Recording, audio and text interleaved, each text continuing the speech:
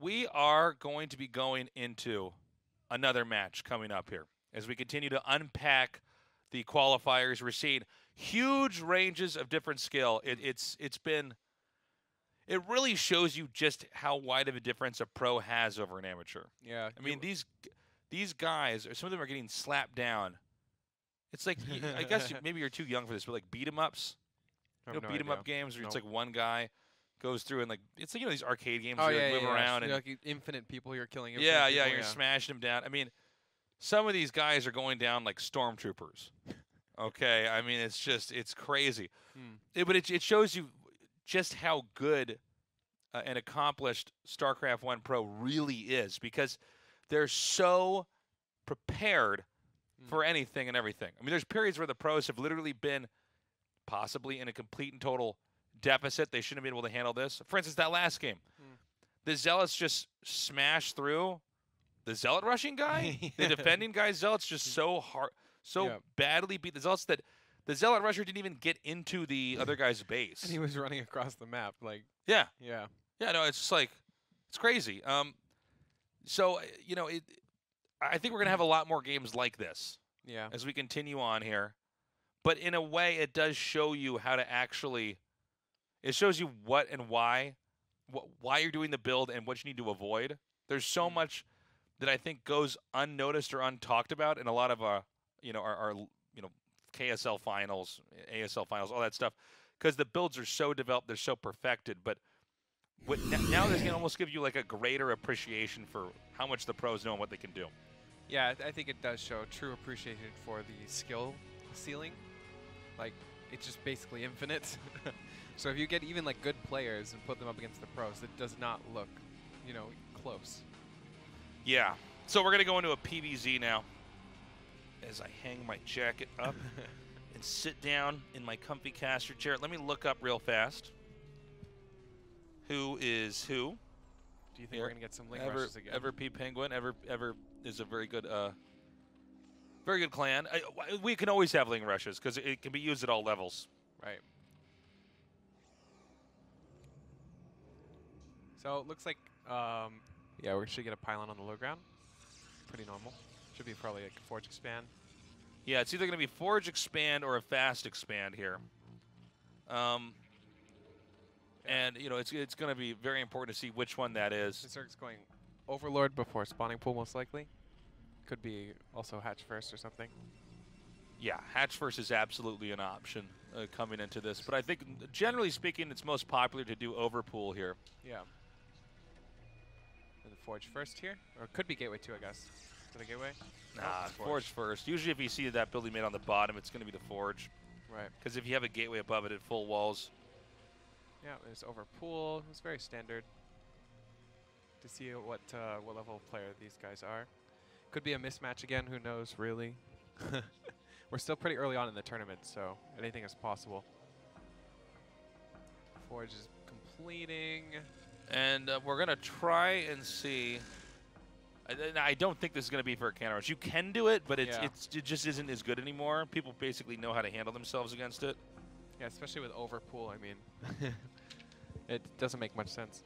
Yeah, and so if you don't mind, can you just look up on there? I'm trying to find where the if there's any player here in the Smurf. I think these guys are just the names that they have. Whoa, I had to sneeze, excuse me. Okay. So he gets the Nexus next over here. And he's going to be throwing a cannon down here shortly. And so far, this is looking like a very ordinary PvZ.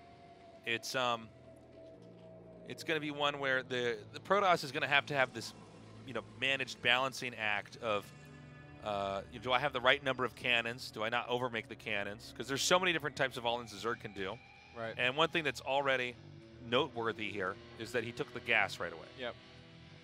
When you see gas, you got to be suspicious as a Protoss player. It could be a lot of things too, as well, though.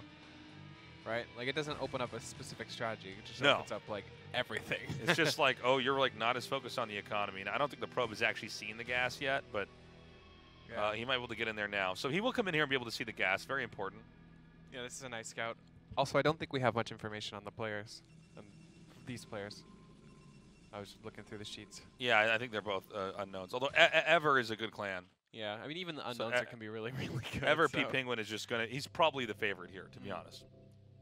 What if he's not even on Ever though? That's also a possibility because it's BattleNet. These are their BattleNet IDs. Do you ever name yourself like a sponsor or something to look cool? No, but have you ever had somebody pretend to be you on the internet? Yes. I'll have this all the time on Twitter. People are like, "Is that you that I played?" It's like, no, it was never me because you wouldn't know if you played me. someone named me. Oh, that's weird. Yeah, that is really weird. What did you say? I just said, "Are you real?" Because what did he say? Was he like, yes? He said yes. But the thing was, I was on a Smurf, so yeah. I was just curious what he would say.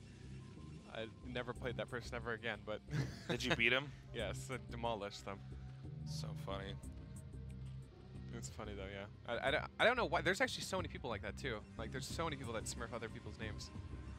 Like I'm very. I think some people do it to try to get noticed and get on a good team.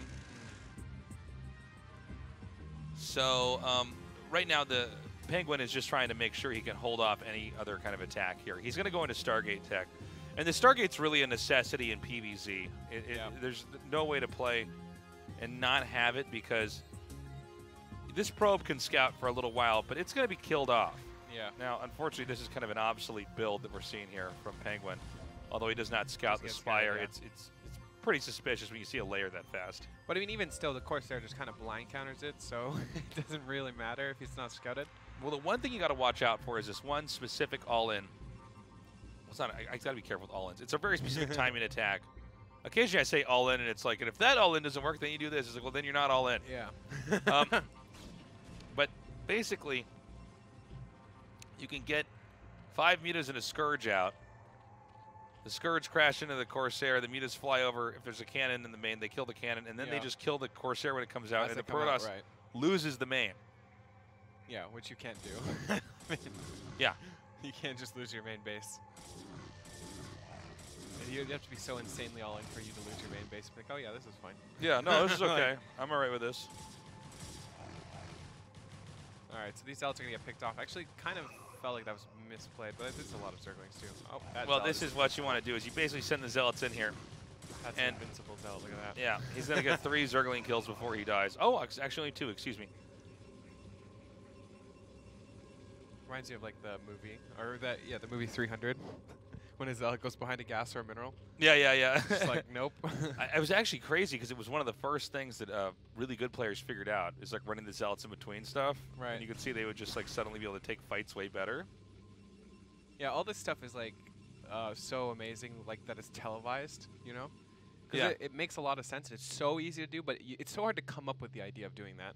Well, you have to be so smart. Like the first guy is like, look, they can't get around me if I'm here. It's like, whoa. And then, but it's also so easy to emulate if you already have the idea. Yeah. Okay. You know? That was close. That was close. He nearly crashed into the Corsairs. The Corsairs coming back home now. And by the way, this is he is not going to go for any muta play at all, which is important to note. Although P Penguin does have the right idea. He is basically staying back.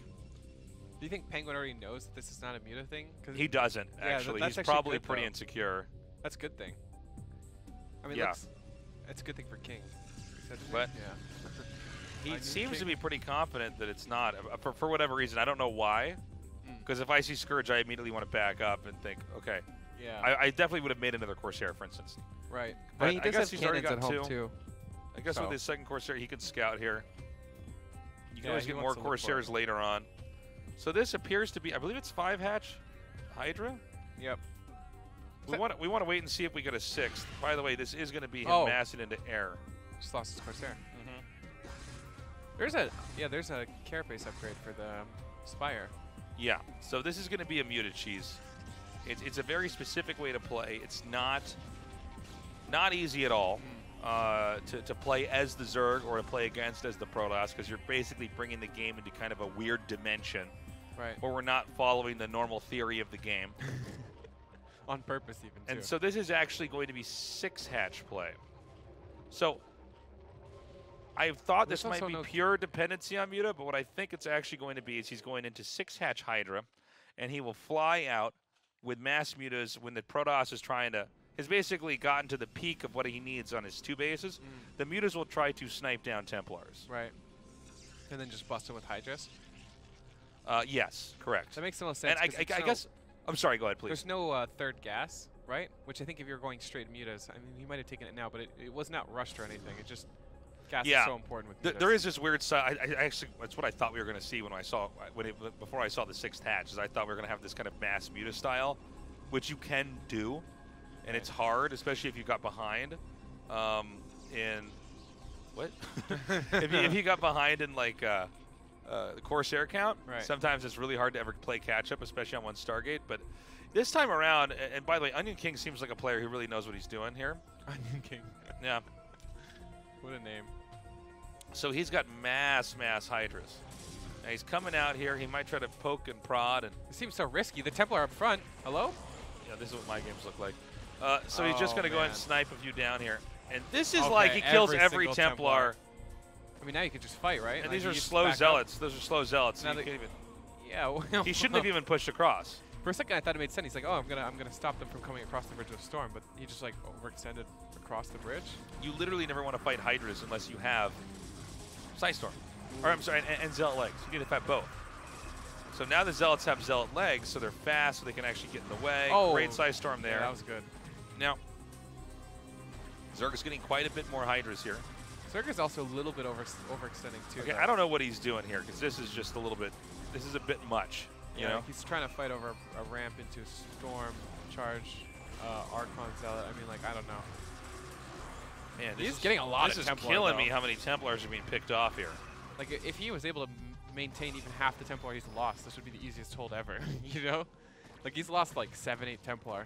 What's funny is like we expect eventually Mutas to come in here to kill off all the Templars, but the Hydras are doing that anyway. So it's like, why even build them? All right, yeah, it's now. One thing that you would ideally want to try to prevent here is a 3rd base for Protoss. My God. Yeah, this is Templar. Has he killed like 11 Templars or something? Maybe more. There's another Templar there. I mean, it would be so inefficient for the Zerg player to be doing what he's doing if it wasn't for the fact that literally every Templar ever has died. Right. Like, there's just no Templar, you know, salvaged here. Okay, so there's another fight on the bridge. I mean, this is just... It's so funny because you never ever want to have Hydras firing on a bridge because it's just so obvious that they're going to get stormed. Yeah. I mean, we never saw that Mutatech, by the way. Yeah, he's still getting upgrades, by the way. The Spire is still chugging along. Yeah, this is very odd. The Muta transition might catch him really off guard. Well, it oftentimes does. I mean, when you don't see any Corsairs for a while, usually the easiest way to just win the game is to get 11 Mutas out. Yeah. You just snipe everything, and I mean, it's one Archon. Oh, this is going to be such a weird fight. I mean, this is so in the open. Like, every Hydra here can just get into a good position. I mean, I feel like if the drone count was better here for the Zerg, he'd have way more Hydras. But that being said, he's also taking fights that don't seem to make a lot of sense. Yeah. I mean, they're both like he's literally going to wedge his army over here on the bridge again. Yeah, there isn't much here, though, either. There's only 2 cannons here. Oh, and he has a really nice defense, too. I don't see it being broken, and I don't see the Protoss defending this either. Yeah. What's the defense here? This Templar is going to go down. It has to. Watch it be the only Templar that doesn't go down. Meanwhile, Protoss is putting some pressure on over here onto Onion King. Yeah. I mean, he was behind his Hydrogen, but now he's up front. Okay, nice Storm, kinda. Defensive-wise, there's nothing here, though. On the other side, he's actually doing more damage than I was expecting. I feel like Protoss is just on the brink of getting smashed here. Yeah. The counterattack just wasn't strong. And, you know, he's been... Penguin has been so bad with his control. Yeah, the Templars specifically. With the Templars, like the most important unit, too. Like. Yeah, like it's rough, right? Like it's hard, the pressure's on, it's a tournament match, but it's like, yeah, I mean, Templars are what stops Zerg. And here's another moment that there's more Templars going down. Oh, he just leaves. Is there no GG there? No GG. All right, rage quit. What a way. Going into game 2 now. Let's see if Penguin can bring a better... Isn't it kind of awkward to go into a best of 3 where, like, the first game you don't GG? Like, I guess. I mean, some people get super outraged by. I mean, I don't get. If my opponent isn't GG, I'm like, all right. don't I always really think care it's either. funny. I'm like, okay, You know who he has must be really mad. really strong opinions on this? Who? Dan. Dan has really strong What opinions. is his opinion on this? Okay, you know how in StarCraft 2 sometimes players type only 1G? Yeah. And he's like, no, they're doing it to spite people. I'm like, no, they're just typing fast. There's no 1G spite. Because if you didn't care, or if you didn't, you would just not GG. Yeah, I've had it where I've accidentally typed 3 or just done 1. But he's very adamant about this being just BM. I'm like, no, it's not a No, thing. that doesn't make any sense. Yeah. What? Yeah. He really thinks that? Yeah. And he also says you should GG every single game regardless. And I'm like, he just has strong opinions. You should ask him one day. One day you'll see. You'll be like, whoa. Well, I know Artosis has strong opinions. That is one thing I am fully aware of. GG specifically has really strong opinions of. Yeah, even if people don't GG against, I don't care. I'll always do it. You know. Yeah, me too. Well, not really. I don't GG. There's time when you're just like, whatever. Sometimes this I'm guy. actually, like StarCraft is one of those games you have full rights to be emotional. You know what I mean? What do you think about that Positioning. gate placement? Yeah, that feels a little I strange. think that's wrong. I think it's supposed to be up. Yeah, I mean he can fit a forge next to the egg, right? Usually on almost any map where you are expanding and it's like the entrance to your base is either on the right or the left, it goes pylon on bottom, forge in middle, and gateway on top. Right. And then you have a full wall that you can plug with 1 to 2 zealots and or probes. Right. But this one here, but let me see what he's going to do here, because the problem is that the top of the gateway is not an area that tends to wall off completely, and you're trying to clog enough of the hole here. And so if you put like a forge on top, for instance, the lings can run right through the middle. Right. But this game, he's actually doing a different build entirely. He's doing a zealot rush. I mean, he will eventually have to have a forge, because you have to have a forge if you're going to expand. But this is the 1-gate zealot pressure build. It's very popular. It's possible he didn't build it there so that the Overlord didn't see it as fast or something too. Oh, that's a good point. I hadn't thought of that. Yeah, That's I wonder. the only thing I can think of right now that makes sense, like 1 + 1 = 2. But yeah, the more I think about it, I guess I doubt it, but I see what you're saying. Yeah, yeah. You know what I mean? like I doubt it too, but it Right, also right. makes a little bit of sense. Like I don't know, a couple seconds before he scouts that. So pretty quick spawning pool. I mean, there's already lings out to deal with the Right. zealot. Now he sees these lings. He's going to have to He's come gonna back. run. He's in deep into enemy lines here. This is so scary if you're a zealot. Oh, this zealot is not having a good day. Yeah, this is pretty bad. Also, like The at thing home, is, you're not his supposed to wall- fight the 1 lings. Yeah, and his wall is like so. You're supposed to try to like hard. run by them, and then you need to like get a forge up here and try to defend. You're basically trying to juke and jive around so that. Ah! Oh, that You're broke. trying to juke and jive around so that the lings have to chase your zealot, otherwise your zealot runs in there and kills their drones. Right. And then back at home, you need to get a wall in pretty quickly here. And that's what we're seeing now, so that's nice. Oh. What do you think of the forge positioning? Was it on the bottom? Yeah, it was. Okay. By the way, this is important to note, because when you see a hatchery there, you know you're going against Turtling Zerg. Yeah, 'cause unless he's they're gonna the take that. craziest cheesers ever. He's gonna take the top fourth and just have 2 main bases. Yeah, Yeah. that's the whole idea. Zerg will then comfortably take the island for the 5th. There's not that much here, so this is gonna be annoying, but at the same time, not really, you know? Well, Zerg's basically only made drones. So what he needs to do now is get back and defend, because link speed's going to be done anytime now. Yeah, once link Penguin's speed's gas done, is a little bit late here. once link speed's done, these zealots are in a really bad place. Okay, that's 3 zealots. 3 zealots fighting together is pretty strong usually. And the zealots in a weird way are more expendable, because the lings you're just trying to get Oh the my dynamic God. drones. But it's like the best trades ever. Yeah, that was really good. Funny thing is that could have gone either way. Right. Like all the zealots could have died there, and all the lings could have lived, or all the lings could have died there too. Dude, Like, this that is was an so all-in. close. Well, not an all-in, but it's a Hydra pressure. Yeah, well, that makes a lot of sense, right? Because he sees the 3rd, and you're like you said, the first logical thing is he's going to turtle. He's going to play like 4 bases. But if you do like a Hydra Ling pressure here, there's a possible mind game here. Yeah, I mean, this is some down and dirty play. Normally, you would have the 3rd hatch. I guess actually, if you're going to do the 3-hatch Hydra play, you pretty much, unless you're going to have a hatch somewhere in your main, I guess you have to put it at the other natural. Because Yeah. otherwise, it's on the island. Or unless you build it in the main base or something, but Yeah, it's yeah. unnecessary. This is so annoying. Now, the problem here is that it's going to become very clear that this is 3-hatch Hydra. yeah, well, the zealot pressure is being really effective. I mean, he's doing an excellent job. Yeah. This Zealot control's amazing. Look at that. Look at that. All right, Penguin doing a good job. I will say he's kind of falling apart back at home. He's not mining gas. Does he have a cyber core? He's literally not. His first gas has just been mined. Okay. he's gonna have a really hard time dealing with the Hydras. The problem is that like with this Zealot back here, it becomes really obvious that like there's this no is a Hydra drones, rush. yeah. What is it, a 9? But what does he have to defend this yet right now? Well, he needs cannons. That's all he needs. There's a cyber. I mean, he's not having any tech to deal with this. It has to be cannons. But the fact that he hasn't started building them yet is a little bit scary for me. Yeah, Onion King could just win this again. The problem is that Penguin is struggling with multitasking. This is a very multitasking intensive opener. You're basically just trying to really be on their face and never miss a probe, never miss a beat back at home. Yeah. And Penguin's been good with his probes, but his gas was so late that his tech started late. He's probably like really surprised right now. He's like, what? Like, what are these Hydras doing here? Two is better than 1. Oh, I mean, he's starting cannons now, so he clearly had no idea the Hydras weren't going to be here this quickly. Like, it just doesn't make any sense, right? Like, if you knew it was a Hydra bust, you'd be building this cannon. So ooh, loses 1 Hydra there. Yeah. I think these cannons finish in time. Yeah, they probably do. Problem is, do you just get busted with Ling Hydra afterwards? Like, once the Squall is down? I don't think he has enough Lings, is the thing. It's possible he doesn't. But also, there's, like, nothing to really stop a big, like, grouping of Ling Hydra to just, like, keep growing. Like, it's not like you're on the clock against Templar, right? Right. There's no Templar coming.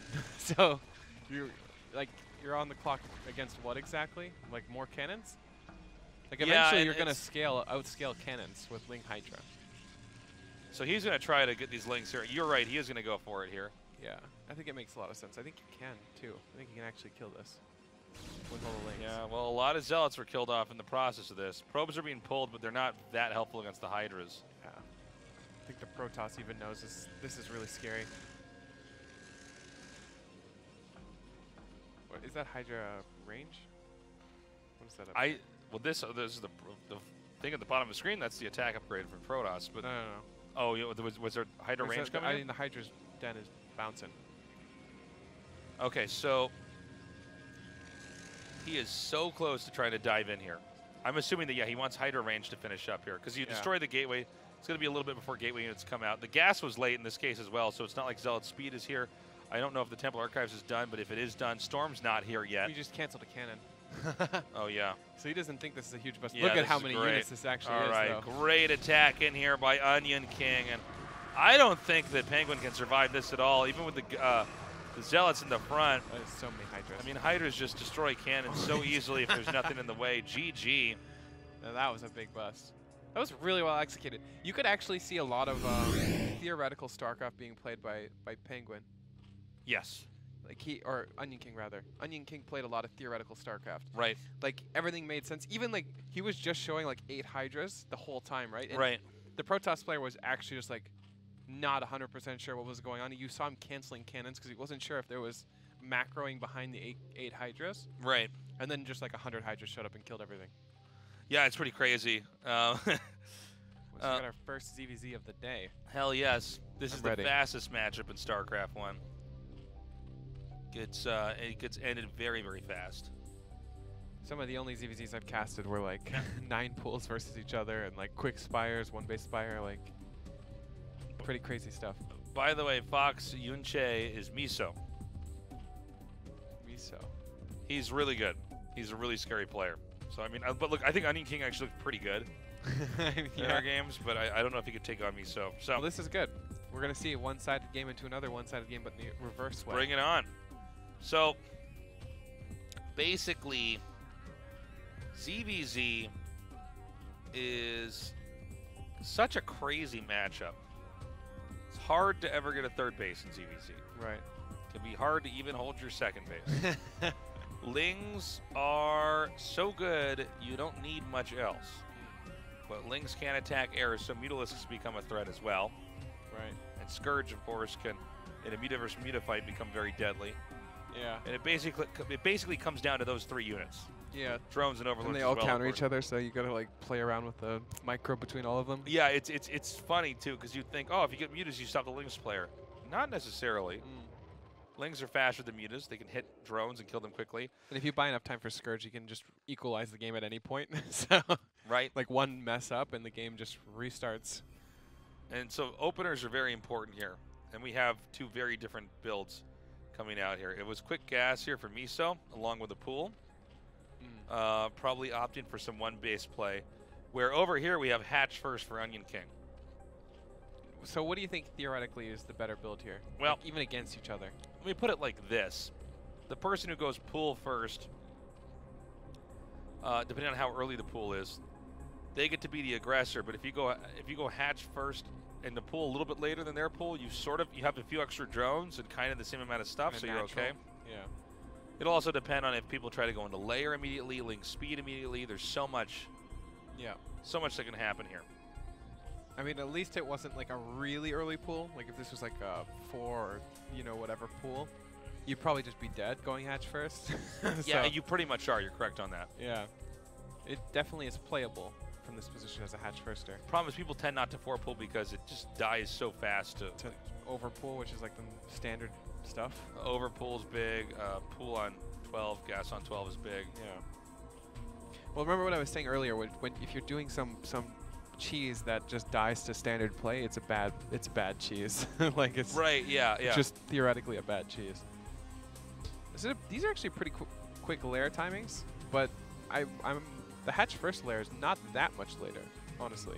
Yeah, the dilemma here for Onion King is that he has a lot of area to defend here. Notice how the lings are hidden in the very bottom center. He will probably make another explosion of lings here soon. You already see him banking up some there. There's a lot more larva for Onion King, though. Yes, that is correct. But they can't produce that much faster than each other can because there's not a lot of drones. Right. Oh, this ling run by might be really annoying. Yeah. Like if these lings go across the map, commit across the map, and this run by happens, it's going to be really, really annoying.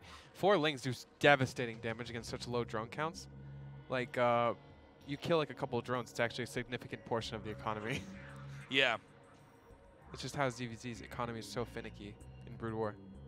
Like it's 10 and 12 drones in 3 minutes. So 1 or 2 drones dying is a significant portion of your economy.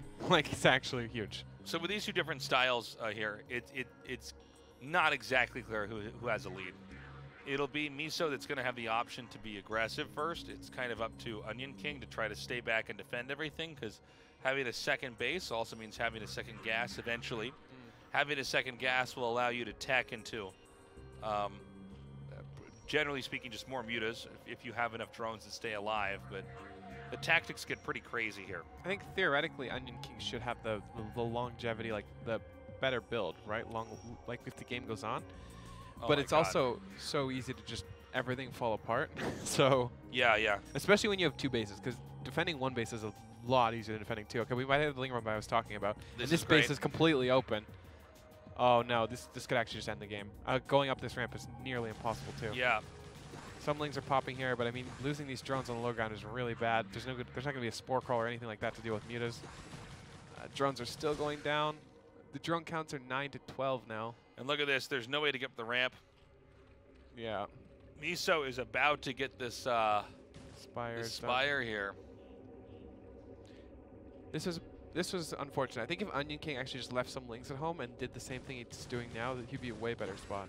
Yeah, but at the same time, if you leave some lings at home and you're trying to bust the ramp, yeah. You know. But I think he had the economic advantage, so he just had to keep it. Yeah, I kind of agree. This is rough. The Spire's about to finish, but I don't see any larvae here now for Onion King. Yeah, there's so many lings. Now keep in mind, it's 1 hatch over here for Miso, so it's like he'll have 3 mutas. So it's not actually that much. Yeah. Actually, there was a sunken built, and it's no spore crawl or anything. So if Onion King can somehow stabilize, or possibly do something with these lings, but it looks like it's not going well so far. Seems unlikely this is going to bust him. Oh, he actually might be able to. What are these lings doing? And where are the other lings? Okay, there's a muta here. Running back. But this is a ton of Zerglings. Mutas are coming back home now.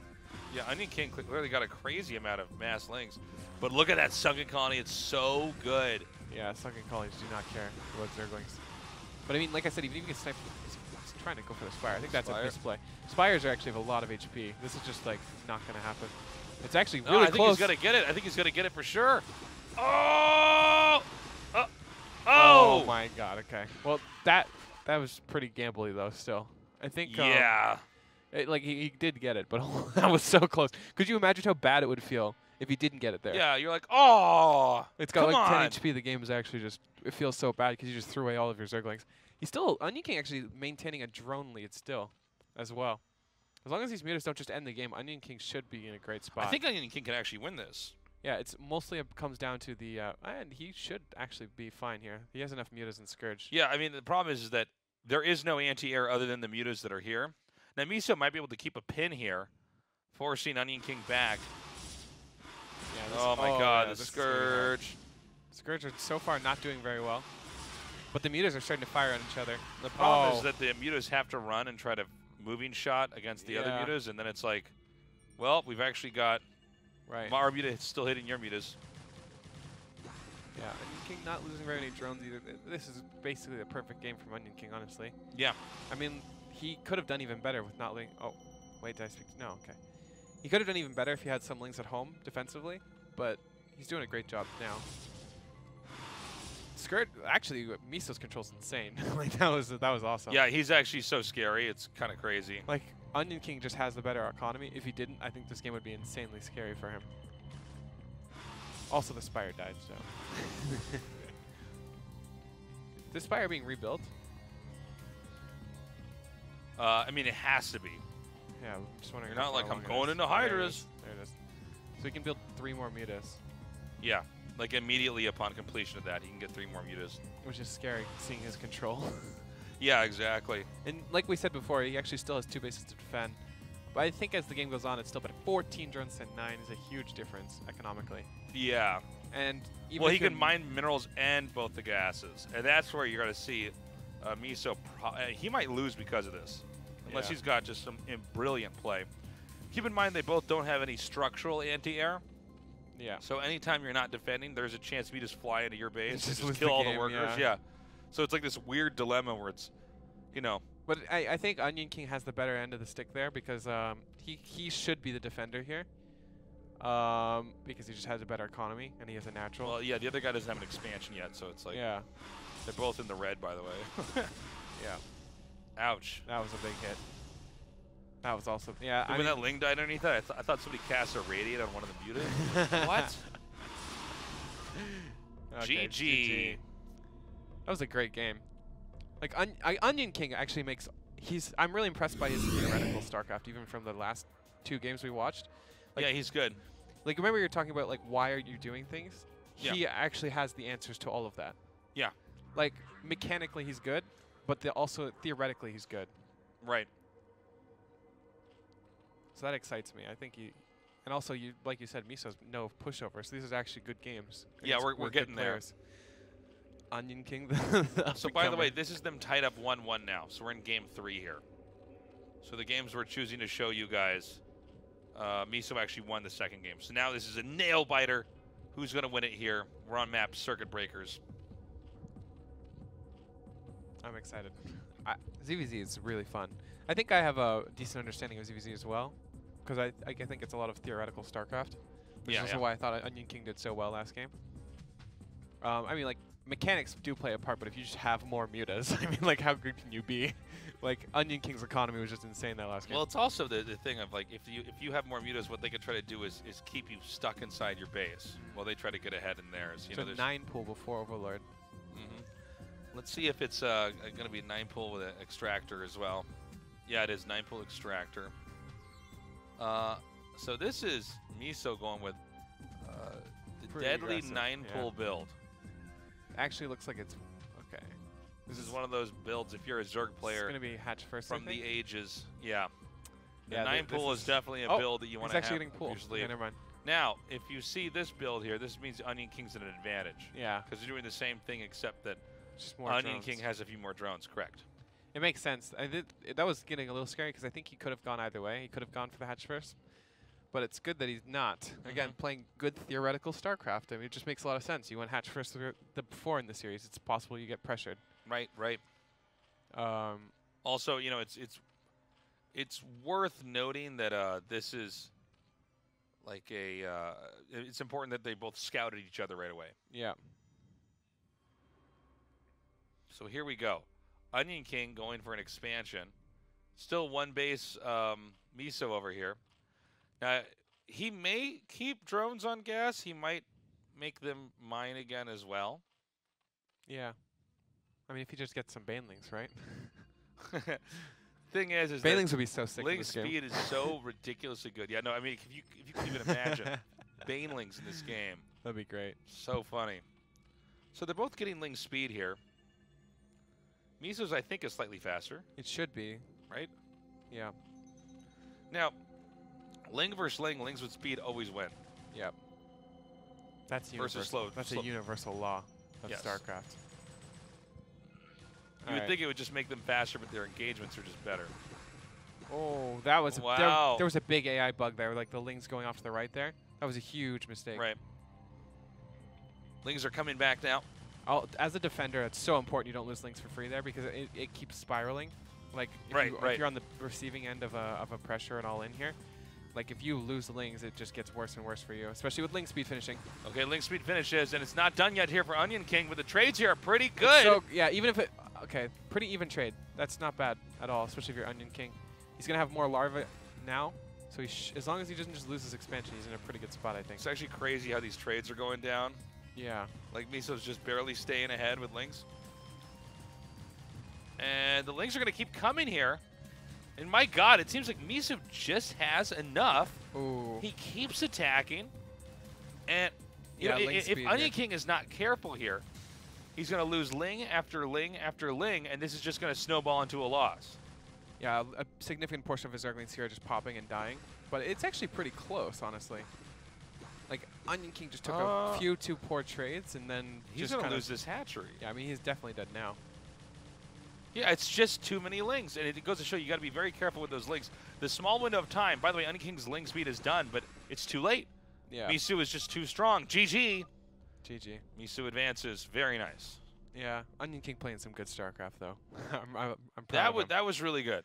Yeah. I really enjoyed that. You played some good StarCraft. But it's cool. I mean, you could see, like, what's funny is that usually you're in better shape if you get your gas and pool a little bit later, because you're just going to have the same stuff as them, but you're at a better rally point. But Miso abused the fact that the Ling speed finished within maybe like what was it, like 5 or 10 seconds away from the other guys? There was a 5 or 10 second window. And then he took all these fights there, and I think Onion King was sort of, I guess in a way, in disbelief that he would probably lose this. Yeah.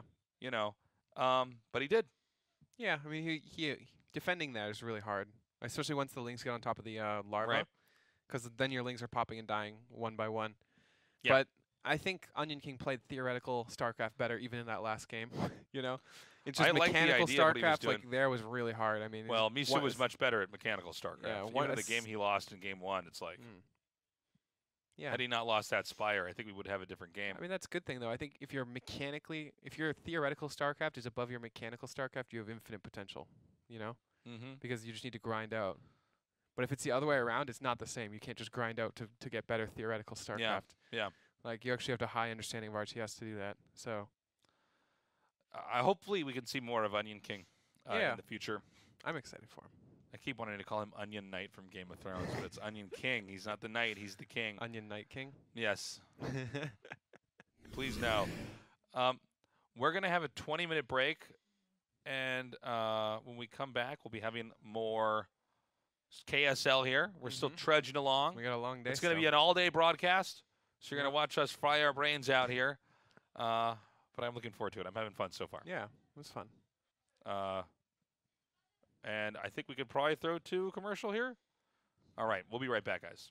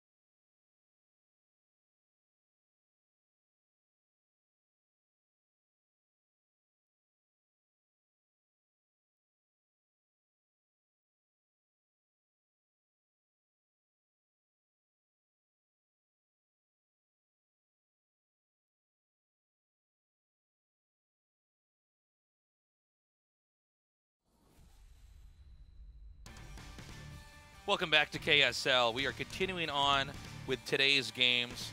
We've had some good ones. We've had some bumpy ones, too. Bumpy ones. I like good ones. We've had some not so good bumpery ones. has been going on here.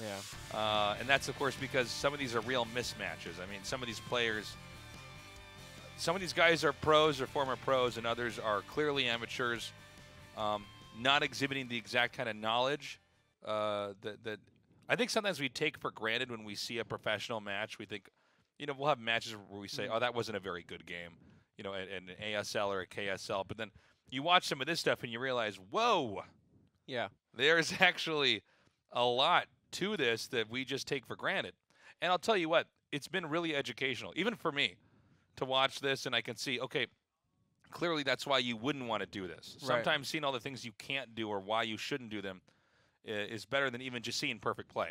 Yeah. I mean, mismatches come like on all spectrums of the tournament. Like, right. Even if Flash matched up with someone who's really good, like totally a pro gamer, top 8 level, yeah, can still be a complete mismatch. You know? Absolutely. It can be totally one-sided. Despite mismatches even now, like it's inevitable in every single tournament. Right, right. And this is what happens when you look at online qualifiers, right? These are not, that's why we're kind of mashing all these games together and spamming them out as fast as we can so that you get to see a lot of the drama, the stories that are happening as these guys are trying to climb the ranks. It's nice to tell the stories of people that are just eliminated too, because like very rarely do you even see or hear any. Like Onion King actually had some story here. Yeah. Like yeah. the Onion King story resonates with me, you know. And yeah, this is a story I would have that never known who that told. guy is. Yeah. And you know, maybe next time we have another qualifier, maybe we'll or see him do remember his better. Or name. maybe you know, next year I'm casting a tournament and then you see Onion King. You're well, like, if oh, it isn't our old friend exactly. Onion King. Yeah. So we're going to be hopping into our next game momentarily here. Do tell your friends to join us. I think not everybody knows that KSL qualifiers are going on right now. We had a little bit of StarCraft downtime in general. And here's the thing. If you tell your friend now and he's 2 or 3 hours too slow, he'll still be able to watch us. That's right. Because we are going to be here all day marathoning through this. Okay. Into this PVZ. By the way, all of our map lineup is the same for every single series. It's Overwatch, Blockchain, Circuit Breakers. If we go to Game 3, Circuit Breakers.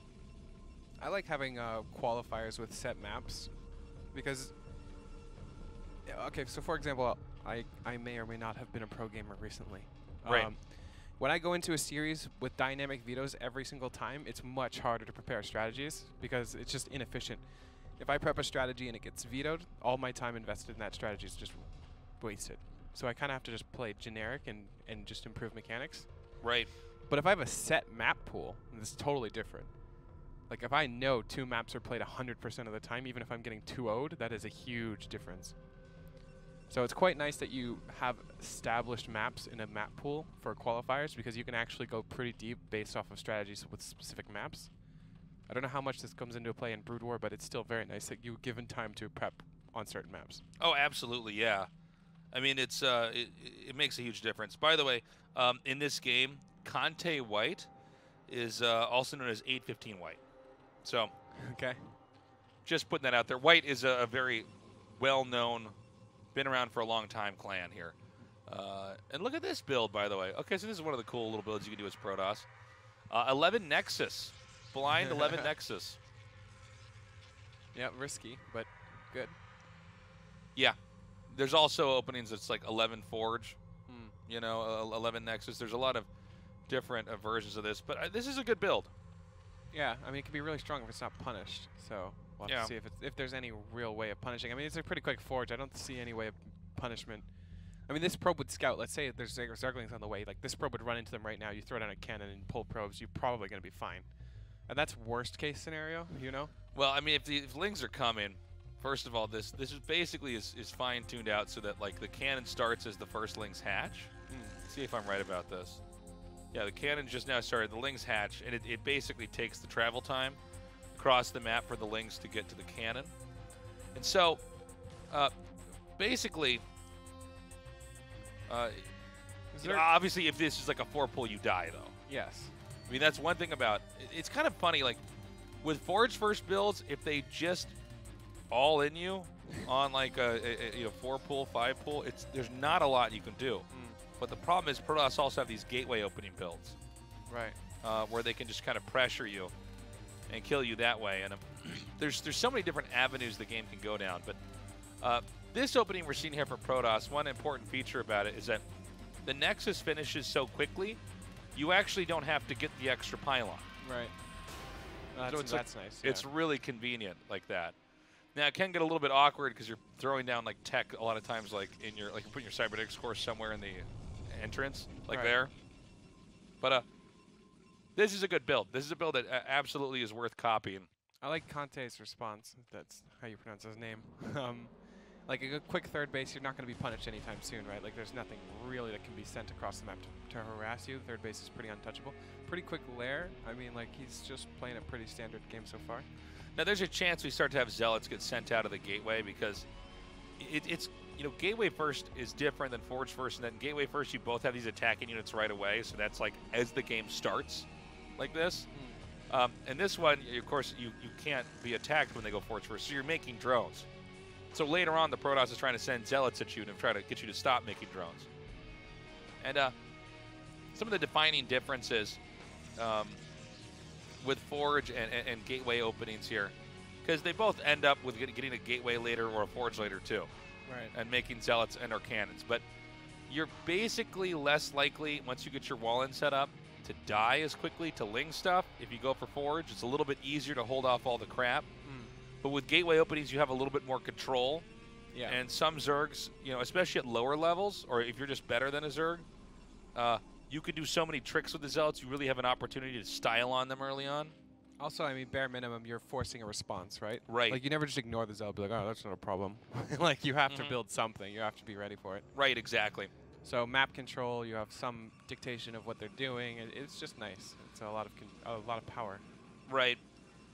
And so in this game, we're going to have the Stargate come out here. We have +1 air weapons.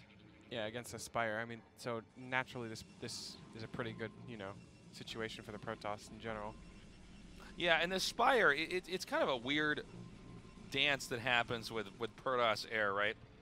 Because Corsairs are just better in the early game, if you get enough of them. They scale really well, too. They scale really well. But if you get blindsided by Scourge, you just lose air control. Yes. And so a lot of times we want to kind of watch and see, all right, did you really keep this game like under control here with what you're doing? But at the same time, also making those Corsairs forces them to make the Scourge, which is gas they're just not spending elsewhere. Yeah. I mean, and you're also going to do what he's doing right now, which is killing all the Overlords. It's also just nice to not have to deal with like mutas, because sometimes if you don't go Corsairs, you actually just die. Like this. Well, the thing is, like, if they go mutas, you don't have any recourse, because you're usually going for Zealots with legs, so there's just not a whole lot you get to do, And so we'll see if there's any kind of commitment here. Occasionally, Zergs just want to try to take a fight onto the Corsairs and try to kill them that way, but yeah, I don't believe it's going to be happening this time around. I mean, so far, both players kind of just playing their own game. But I think in general that the Protoss opening has gotten him more wins this game so far. Yeah. Like his economy's better. I mean, I think his tech is better in general. His Corsair count's quite high. He's getting +1. I mean, like it just feels like everything is really smooth for him right now. But it could go either way still. It's still a pretty early game or a young game. Yeah, I mean, this is looking like a very, textbook PvZ. When somebody asks you what a PvZ looks like, you're explaining this game up until now. Okay, assuming that the Zerg didn't rush and the Protoss didn't, make 2 gateways in the middle of the map. So the Zealots are out now. Now this is generally to force defense here. Okay, now he's got to be careful because the Scourge connecting with the Corsairs one Corsair is what they want. Basically, when you come out, you're really trying to watch the Corsairs almost fake it with the Zealots and try to just get all the Corsairs to hit the Scourge. In fact, a lot of times, if you know they're going air, you want to wait until you have like 5 or 6 Scourge, or I'm sorry, Corsairs. So you start one-shotting everything. Right, and especially when you see mutas come out into play, you would just run back with everything. Yeah. The fact of the matter is that once you saw that there were mutas out, you realize, oh my God, he actually wants to take an air fight. He's coming, yeah. Right, he's coming for me. Because you never make mutas if you like. Yeah. Normally you're making hydras, right? Yeah. So it's like if they got the mutas immediately, it's like it's coming. All right, there's something's about to happen. Right. I need to get more over here. I think that's because of the scale of Corsairs as well. Like once you get 5 or 6 or 7, like you're not breaking them. Like it's not happening. Yeah, well, not unless you can get them with a bunch of Scourge, like from some weird angle. Yeah. So usually you have the Mutas attack it and then Scourge hit from some other side. It's crazy, too, because Protoss have to be watching 360 degrees of those Corsairs. Yeah. And you also, you got to be careful. If you're Zerg and you lose the fight, they can go kill all your Overlords. Yep. Yeah, and if you lose all your Mutas to Corsairs, it's looking real bad. Like, right. You've just lost a ton of your map control. So we have a Hydra range coming down now. We are up to, is it 6 hatches now? Yeah, I believe so. Okay, so 6 hatch Hydra. Protoss is going to continue to power up. I believe we're on 5 or 6 gateways right now. Good, the Zergling fan is quite good. This is just also like just good StarCraft, you know? Like just making sure there's no hidden or take. Like it's just nice to know when they're expanding too. Like it's so much information on when you can attack. If they take a Nexus now, you kind of know when their openings are or when they're vulnerable. If it sneaks up and it's finished, it's like, well, now I literally can't do anything about it. Right, right, yeah. I mean, it's important that you always have an idea. In fact, really good players will just like send a Zealot out there right away. Yeah. Send a Zealot, excuse me, and just try to pick that off because that way you keep them guessing. Now, generally speaking, the rule with PvZ is to expand kind of late, especially against 6 hatch Hydra. Now he's on the run. That was really well fanned out, those Mutas, by the way. Yeah, yeah, yeah. That was just good control. Yeah, playing the dance. The trick is to have these Mutas spread out enough. Great catch, great catch. Yeah, like, this stuff can go really bad really quick. So the way that the Scourge are spread out here, it's hard for the Corsairs to ever get a good targeting off. Ooh, nice storm. Oh, that was pretty cute. Both players playing really incredibly. Like this one is a slip good game. up here, you both just lose the game. Yeah, yeah. Like so, the idea, guys, is that the Mutas, if they win the Corsair fight, then Templars can't go on the map. Yeah. And then you can't expand, you can't fight. Yeah, and then the Hydras just overwhelm everything. Right, and of course there's when you lose all your Overlords and Vision. It's just right. It's really bad. It's really bad for both players if that fight goes bad. So we have Dragoon range being upgraded here, and I actually think that Protoss just gets up on the high ground and kills his hatch. Oh yeah. I don't think that even by the time the rotation happens, it's already too late. Good luck getting your Hydras up this ramp if there were Templar up here too, which there aren't because it's dead already. But if there were, oh, these Corsairs feel really weirdly placed. They might be trapped actually. Like, where do you retreat to? Well, this is. Oh, that was really interesting. You know, I have to say, I think this is like a really good game, and when I'm being critical of this, it's because like I really like I'm a student of Protoss when I watch this. But the Templar! Oh my God, he needs to use his storms right now. Oh, those are big storms. Yeah.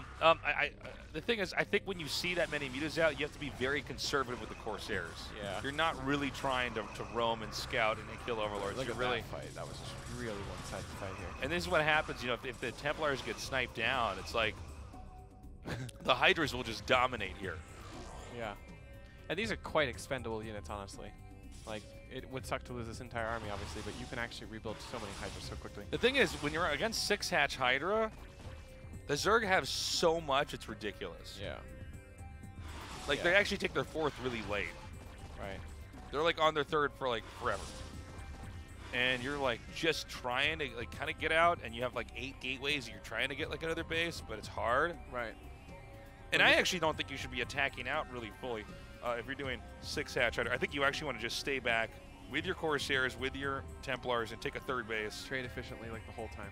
Yeah, it's like, you're coming to me, buddy. Yeah, I mean, if it is 6 hatch Hydra, they are coming to you. Like, yeah, they are. Yeah, they're not like. Like, you're not going to max on Hydra and just sit there and be like, oh, well, I hope these Hydras gain efficiency over time, because they don't. But I do think that the Zerg player has so much potential now. I mean, it's so hard to take a 3rd base when there's so many Hydras. Like, he could dive on this army and lose, like, a significant portion of it, but if he's maintaining, like, the 3rd base delay, it's actually still totally worth it. And even if he's trading inefficiently, he just has so many Hydras. I mean, look at how many there are. Oh, also, the Mutas should go uncontested. We should be able to snipe off a bunch of Templar. Or, what is that, 2 Corsairs? I don't know if that's enough. Could be more, actually. I'm not sure. So, Zerg is getting to the point where it's almost hilarious how big he is. Yeah. Okay, a 140 supply Zerg is like something to be terrified of. Yeah. Now the late game tech isn't quite here. Look at this He's mini-map. gonna get this Look huge at the mini flame. map. This is Oh like my I don't God. think you could stop This is something from the StarCraft cinematic. I mean, yeah. This is like what a surround. so big. Again, I don't think it's worth it for Protoss to push out. I think you need to stay back and just storm. Yeah, he has. I think he has 1 or 2 more storms here, but this army is so tiny now. Yeah, that was insane. He doesn't even have the Templar energy upgrade. He still hasn't taken his 3rd. Well, I'm just confused about what he wants here. Yeah. Like I mean, he keeps attacking out. It's like you're not going to kill him. Yeah. Yeah. It doesn't You make need much a 3rd sense. base. And you need to make him start to try to tech in a hive or something. Yeah, it's look at almost this. the Zerg This is getting his dream, right? You know, like in StarCraft 2, there were these periods of time where it's like the Zerg just stays on lair for like a really long time. Yeah. Like what Sue does or what DRG used to do. This is the same idea. Right. Is like the Zerg is just looking for a fight. It's a battle Zerg. Yep. And it's just so weird that the Protoss is bringing that battle to him while he's on 6 hatch high. Like. And this Nexus is just late. Yeah. And he had no real chance to take it earlier because he's been fighting on the map into the Zerg. Like. Yeah. And he's going for it again, by the way. Into lurkers. Also, this is hard because now we're at the point in time where the Zerg start to make just a ton of lurkers. Looks like it's not going to phase him that much, but, you know, trying to run through lurkers, especially when there's hydras all over the map, it's like, yeah, this is never going to work. Yeah, once the retreat starts happening, too, you're going to start losing a lot of units. I mean, the Templars do have good storms, but these trades are just too inefficient long term. Seems like it. Yeah, like a big portion of his army's not even here. There's a 4th base for the Zerg. Like, it's going to get even more inefficient soon. I predict that this ends with the Zerg pushing through Right here, here, taking possibly. out 6 o'clock, and then the game just ends. I think once the 3rd dies, the Protoss is actually as unsustainable. He's one more good storm here. I mean, Dragoons are laughably bad against Oh, man. And here come the mutas now. And the killed Corsairs. Ouch. Ouch. Yeah, this is not a sustainable army. I mean, the mutas could just dive bomb the Templar, and they could probably just have a fight, and the game would end. This 7 hatches now, or what? Like 4 bases? Well, what Zerg tries to do at this point in time is stretch out. So see the upper right, he's going to take that. Yeah. There's actually not really another base that's easy for Protoss to get right now. Like, not in this situation. Because I think the Protoss can probably hold the bottom, but Zerg's not going to let Protoss take the center right or the bottom left. Right. And so even though the 6 hatch Hydra play hasn't killed him yet, he could, there it is. Yeah. Beat me to it. This lurker pothole thing he sets up where it's like just so hard to actually get through this. Right. Lurker potholes.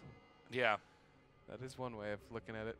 Yeah, he really likes to go down this ramp, or like in this area. Like Protoss, well, this is the only place you can go. Yeah. You can't go over the small bridge. Well, I mean, just this is Zerg's dream. I mean, he's just sitting here well, with, this is the thing, with burrowed lurkers. He doesn't have to move them at all. The Protoss is coming to him, takes a bad fight, and then backs up. You know, like this is perfect. Right. Exhausting game here for the Protoss, man. Yeah, there's not too much he can't do.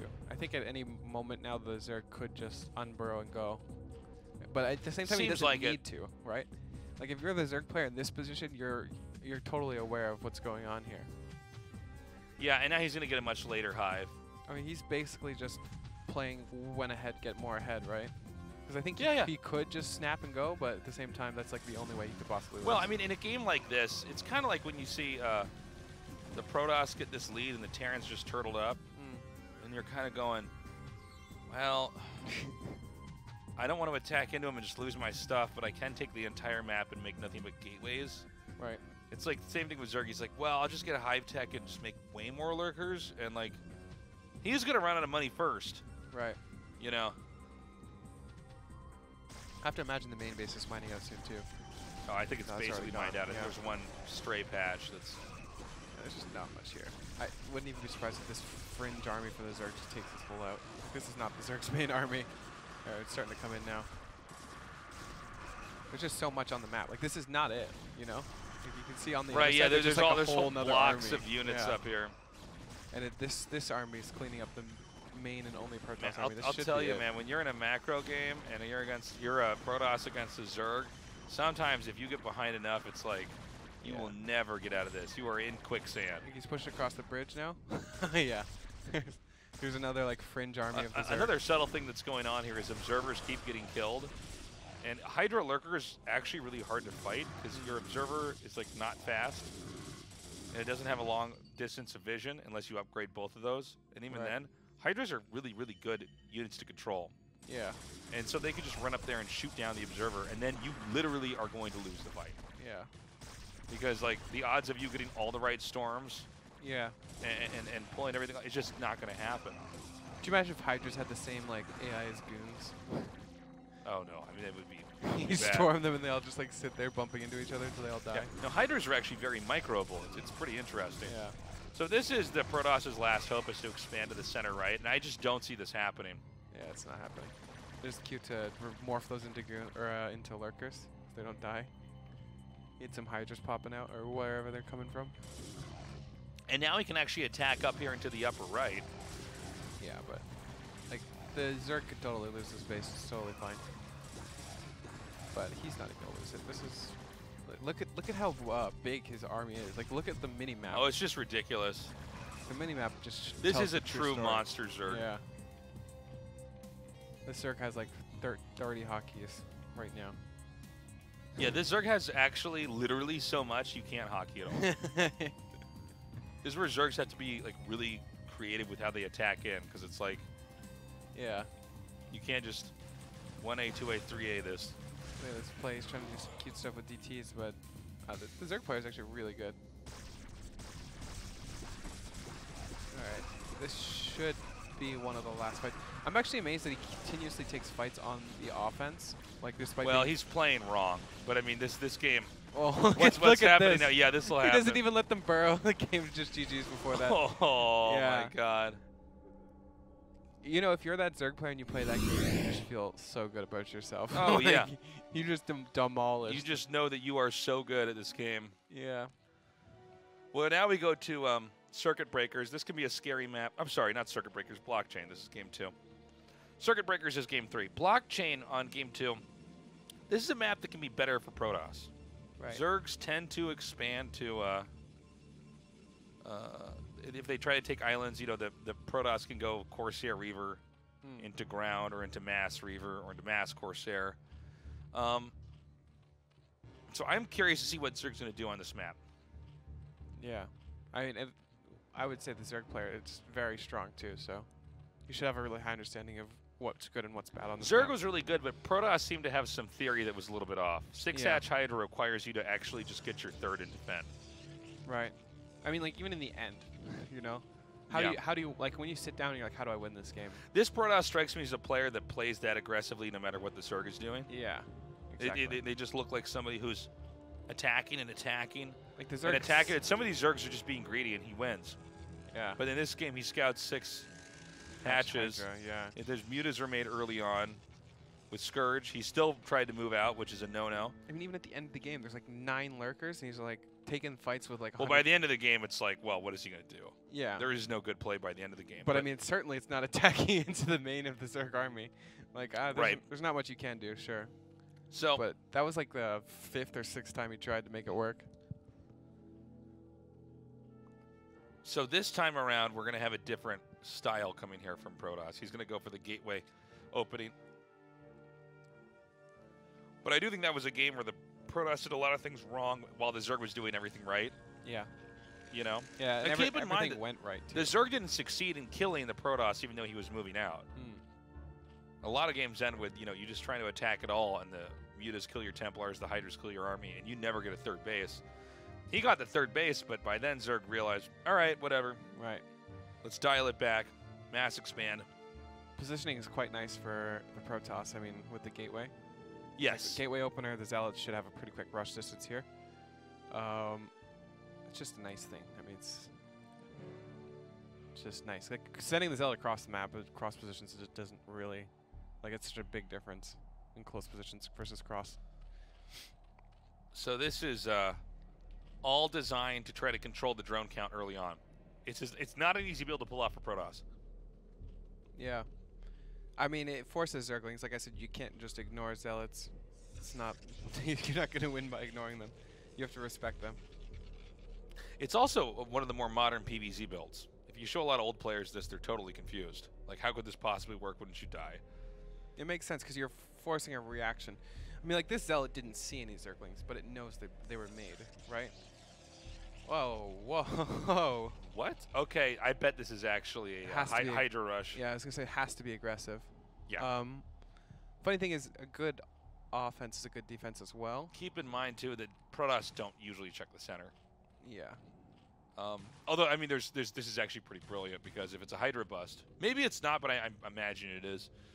I mean, the reality of it is that, first of all, if I'm Protoss, you have to think, are they at the other natural at the upper right, or are they at the island? Right. You tend to not think so much about a hidden location like in the center of the map. Yeah. It's also close rush distance, so if he does go for an aggressive build, the rush distance is quite short. If he's able to maintain that base, it's a good base. I mean, you know? Right. It's a very strong base. Well, the thing is, the middle base actually is not as good as I think you might think it is. Because Zerg actually want to be expanding away. Yeah. I mean, this rush distance is like you just pop out and jump on it. We're still... Wait, did he make the den? I'm sorry, I didn't see. I don't think he has yet, but I think he's waiting for the probe. Still maybe? time.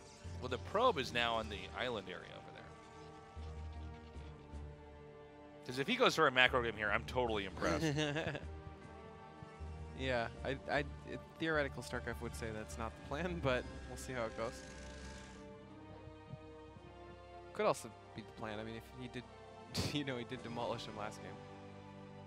I just wish we would check and see if there's a den or not. That's the only thing we need to see. Me too. Wow, nice around there.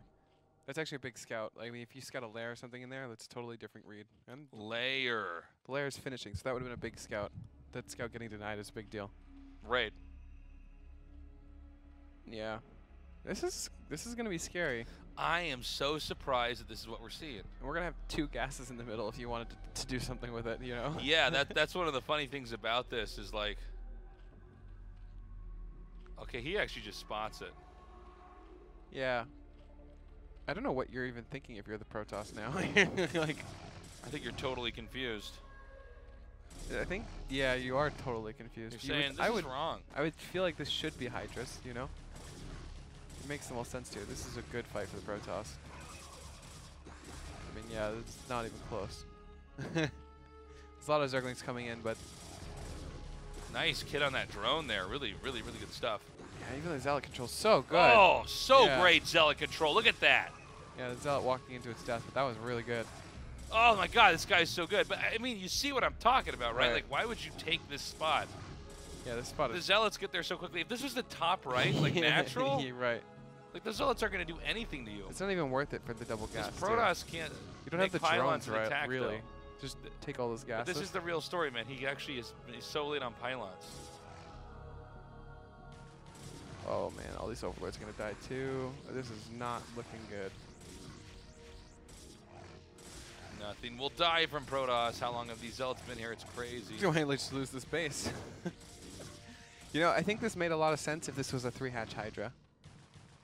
Yeah, I mean, that's what I thought we were going to have is like, you know, this Hydras pop out and, you know, the reinforcements get there just quick enough that, you know, the animation when the cannon's finishing, it's like, you know, it's like its bar is full, but it takes like another 5 seconds for the thing to be like, I'm actually a cannon. Yeah. I thought in that amount of time you could get a Lings or a Hydra down there fast enough in the rush, reinforcing it, just win the game. You know how many times my cannons die in that phase, by the way? Say what? You know how many times my cannons die in that phase of Well, that's like yeah, I mean, it's just, cannons die so hilariously fast when they're being built. Do they have like a different type of input for how much damage they take? Before they're built and after? Yeah, they have to. That's possible, yeah. Because, like, it's just crazy how quick, like, a pylon being made doesn't, like, go down that fast. You know? Yeah. A barracks doesn't. Now, I want to, again, put some emphasis on the fact that pylons kept being made late here for the Protoss. Yeah. The game has stabilized to some extent. It doesn't look like he has enough to defend this spot still. Yeah, that's actually kind of bad. He's going to go for this hatchery, though. He might. Well, if he just clicks on it, he'll probably get it. But drone drills are pretty good. Yeah, this is just better. Anyways, he can still get it, and he can do all this damage. There's a second hatchery here. This has been so crazy efficient. Like all the zealot fights have been so efficient. Yeah, he's really good with his zealots. Look at how many drones there actually are here. It's not that many. No, not a ton. It's 31 to 50 almost. There's a Reaver out already too. Corsair Reaver. I will say it seems like Protoss has slacked a little bit on production back here. Getting his gateways down here now. There's also the possibility we have a Dragoon Reaver push. If this was something, if this player was just a little bit better at capitalizing on the advantage they created for himself, the game would be over. You know, like this was so much damage. Yeah, well that's another problem that happens is because in Brood War, the juggling gets so intense that it's really quite difficult to, It's really hard if you're like coming up there and killing all these drones to also have spent all your money and have your tech. Yeah. You can have a great fight like that and come back and you didn't make any of your gateways. Right. You know? Yeah. That's why if you're very confident you're mechanically better than your opponent, don't leave as quickly as you normally would. Right. Because there's always comeback mechanics. Yeah, there's games that I've been totally screwed in that then it goes on for long enough. I'm like, oh, well, that's just, you know. Look at these birdlings, by the way, scouting a shuttle. Well, I'll tell you what, this Zerg knows what he's doing because when you burrow the drones, oh my god, bad reaction. He should have just burrowed. Oh my god, but this is crazy. The shuttle is so low on HP. Oh no. This is devastating damage. Look at this. I feel like I'm watching a different Protoss, you know, from the first game and the second. Yeah. Yeah, he looks much better this time around. Yeah, like mechanically making great decisions. Okay. Well, yeah, some of the micro's questionable, but overall he's doing great. So no third base on the way yet. Obviously, it's quite hard to get one. That is that is quite scary though too. Although there's no drones at the net, so this might be. Oh my god! Oh. Gotta be careful with those Hydras. Yeah. I'm still a little bit scared for a big push, especially with if like this shuttle goes down and the Reavers die. There's not much here. Oh my god, you can kill a bunch of drones. Oh, shuttle goes down. Okay, so one of the problems with Corsair Reaver is that if you lose the shuttle and the Reaver in it, you don't have a ground army. Yeah. Like that's the only thing that you have.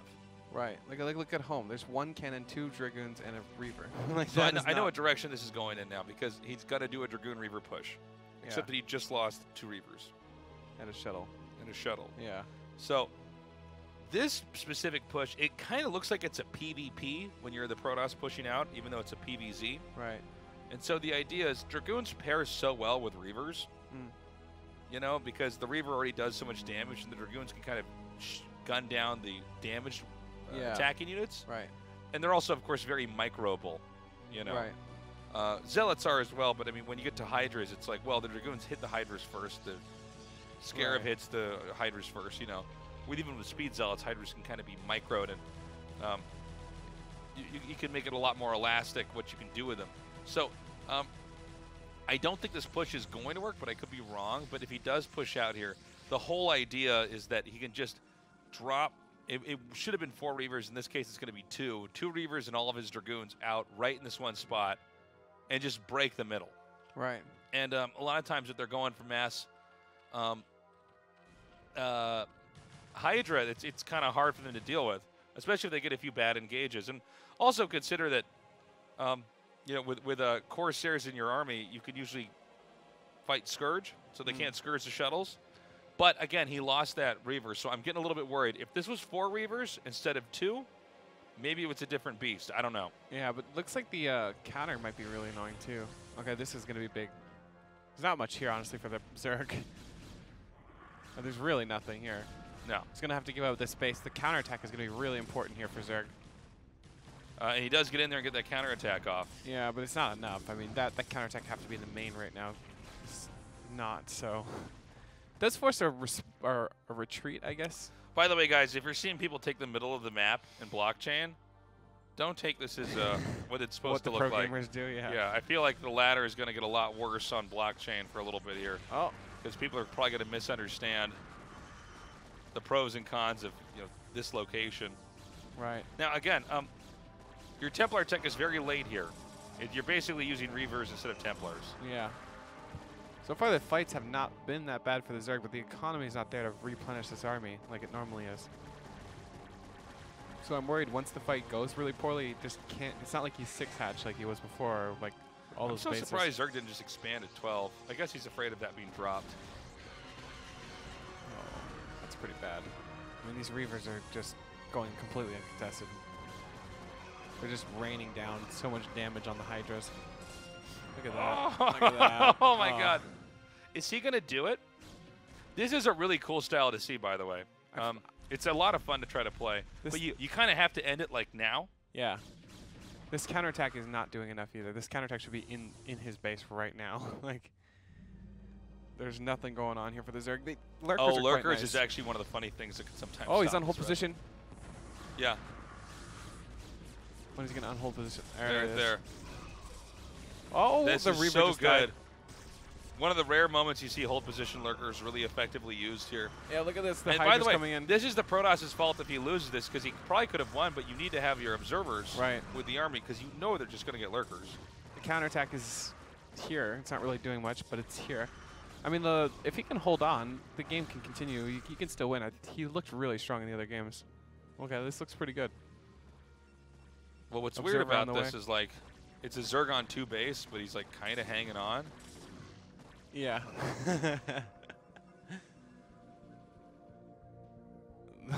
Okay, well, he's taking the base he should have taken a while ago. This is a really hard spot to be in. What am I seeing? What is going on? Ah! That's Okay. funny. Middle expand. That's funny. Cannons on the bottom. The disrespect. I don't know, guys. What the hell? You I know what? don't know how to Take comment it. it either. You know what? What the hell? Let's take the middle. Yeah, take the middle. Why Let's not? give it a shot.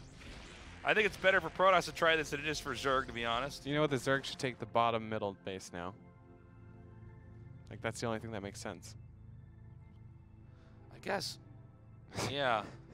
Like the bottom middle island, like base. 6 o'clock. Yeah. And they can just rally lings into your opponent's base. It's just so funny to see the middle taken this much. Yeah. I get excited when I see the middle taken because I think, oh, this is going to be kind of fun. It's like, what are you doing at my base? Excuse me.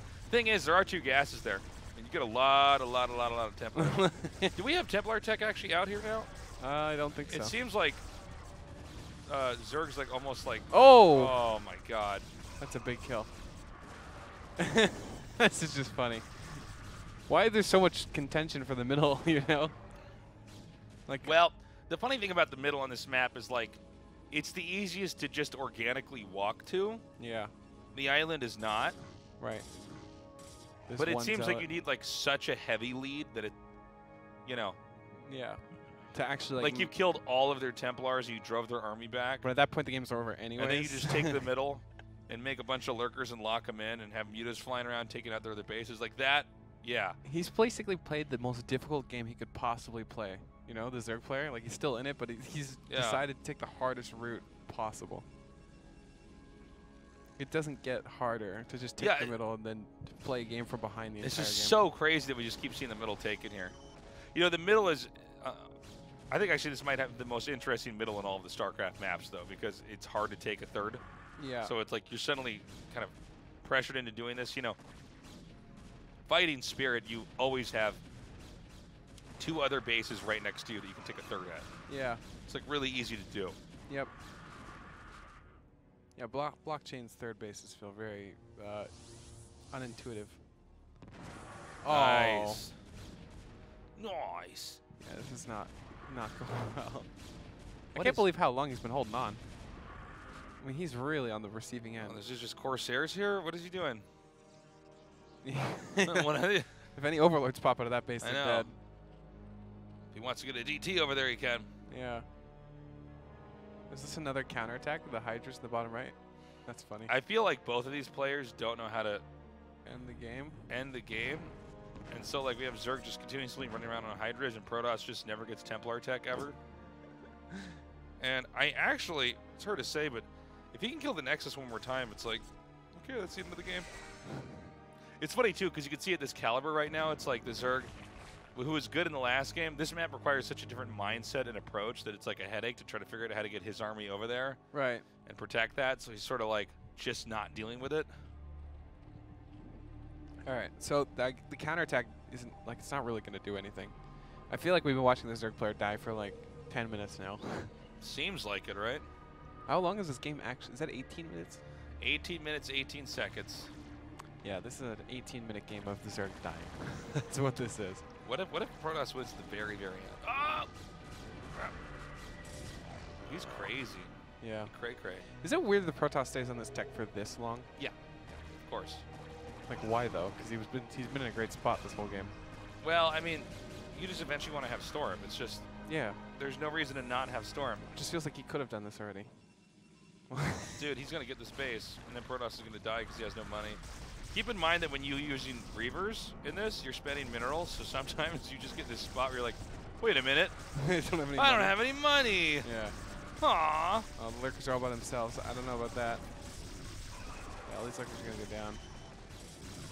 I feel like that's a nail in a coffin. Oh my god, that's a lot of Hydras. Never mind. I mean, I'm just amazed the game's continuing, honestly. It just feels like the game should have ended already. One of these people should have been wrong and dead already, is all. Yeah. This is the most scrappy game I've ever watched, I think, in Brood War. Just this game specifically. Yeah, this is a down and dirty game. Now, there's no minerals left here. Okay, so it looks like Protoss is in better shape, but the truth of it is that if he loses this base, and this is, wait for it, the middle of the map. If it's the middle of the map, you have a hard time holding it. He's coming in. This is feels like a really weird fight. Yeah. Well, again, there's no Storm here. Archons feel laughably bad. Yeah, well, Archons are, it's funny because he has Templar tech and then he has Archons. You need Psystorm. Archons are sort of like in the middle of the fight. The Templars suddenly become useless. Archons are what you make to not lose your Templar to Mutas. Right. Yeah, well, they're just good to add in, Archons are actually terrible. So, I'm sorry, I had some feedback in my ear. The Archons are terrible against Hydras. Yeah. And they're just good against Lings and, to kind of buffer stuff. But I don't know that he can come out here and take this fight. Look, I mean, this is just Archons. This fight is bad, yeah. Yeah. Like you need Psystorm. You need some support AoE here. There's nothing AoE. Write it down, viewers at home. You need Psystorm. It is a good ability. Is that a Psystorm or is that just a Templar that's supposed to be an Archon? I don't know. I wonder if he forgot to get Storm or something like that. I mean, he cleans it up. Now these fights are so scrappy. It's hard to say who's going to win this because there's so many things that are going wrong here. And I don't know. I mean, I'm enjoying casting this, but it's like it's so hard to cast too, though, because because my head. Normally, there's like a natural progression of a person who's getting further and further ahead. There's actually just not that. Well, keep in mind, if Reavers get shot down, it's like Dragoon Archon. Like that's not good against Hydras. Against Hydras, yeah. Like there's not even Speed Zealots right now with this army. There's literally no. And Speed Zealots are actually, I mean, they can hold their own against Hydras. Yeah. The Hydras are forced to be microed back and stuff. Boy, I really don't get the Archons, man. They feel so strange. Well, to me. I mean, you don't get it because it doesn't make sense. I mean, that's why. I mean, like usually there's a unit, you're building a unit to counter something, but I'm like, did they don't. Well, these guys are both stuck in what they're doing. Yeah. Ooh.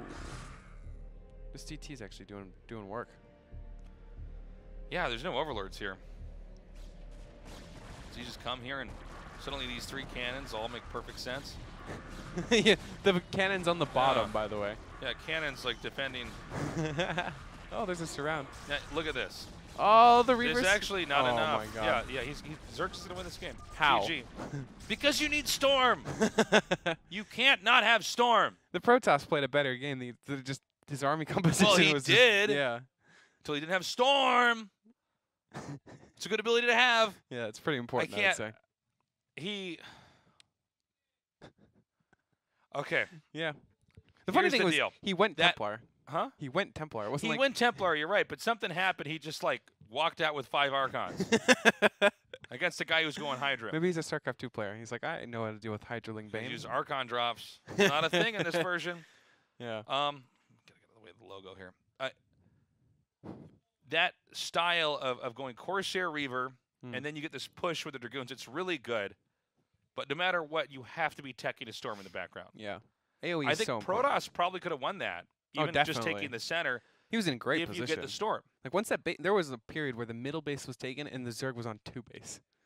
I almost wonder if it's actually not even that bad to just take the middle base if you're doing that Dragoon Reaver push, because everything's just at the front. Yeah. I think if he had Storm too, it would have just been one-sided. I don't know why Zerg took the. Sorry, I'm getting off camera. I don't know why Zerg. He's gonna be over here somewhere. I have the hard side. The camera's kind of at an angle, and I'm like trying to just get over here. What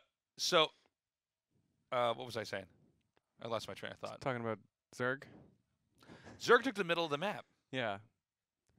Normally there's a 1 + 1 = 2 here, but he was like, I'm gonna. We saw Reach take the middle of the map too against a Terran.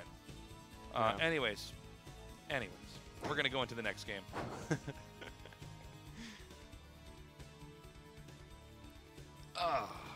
Back to my casting chair.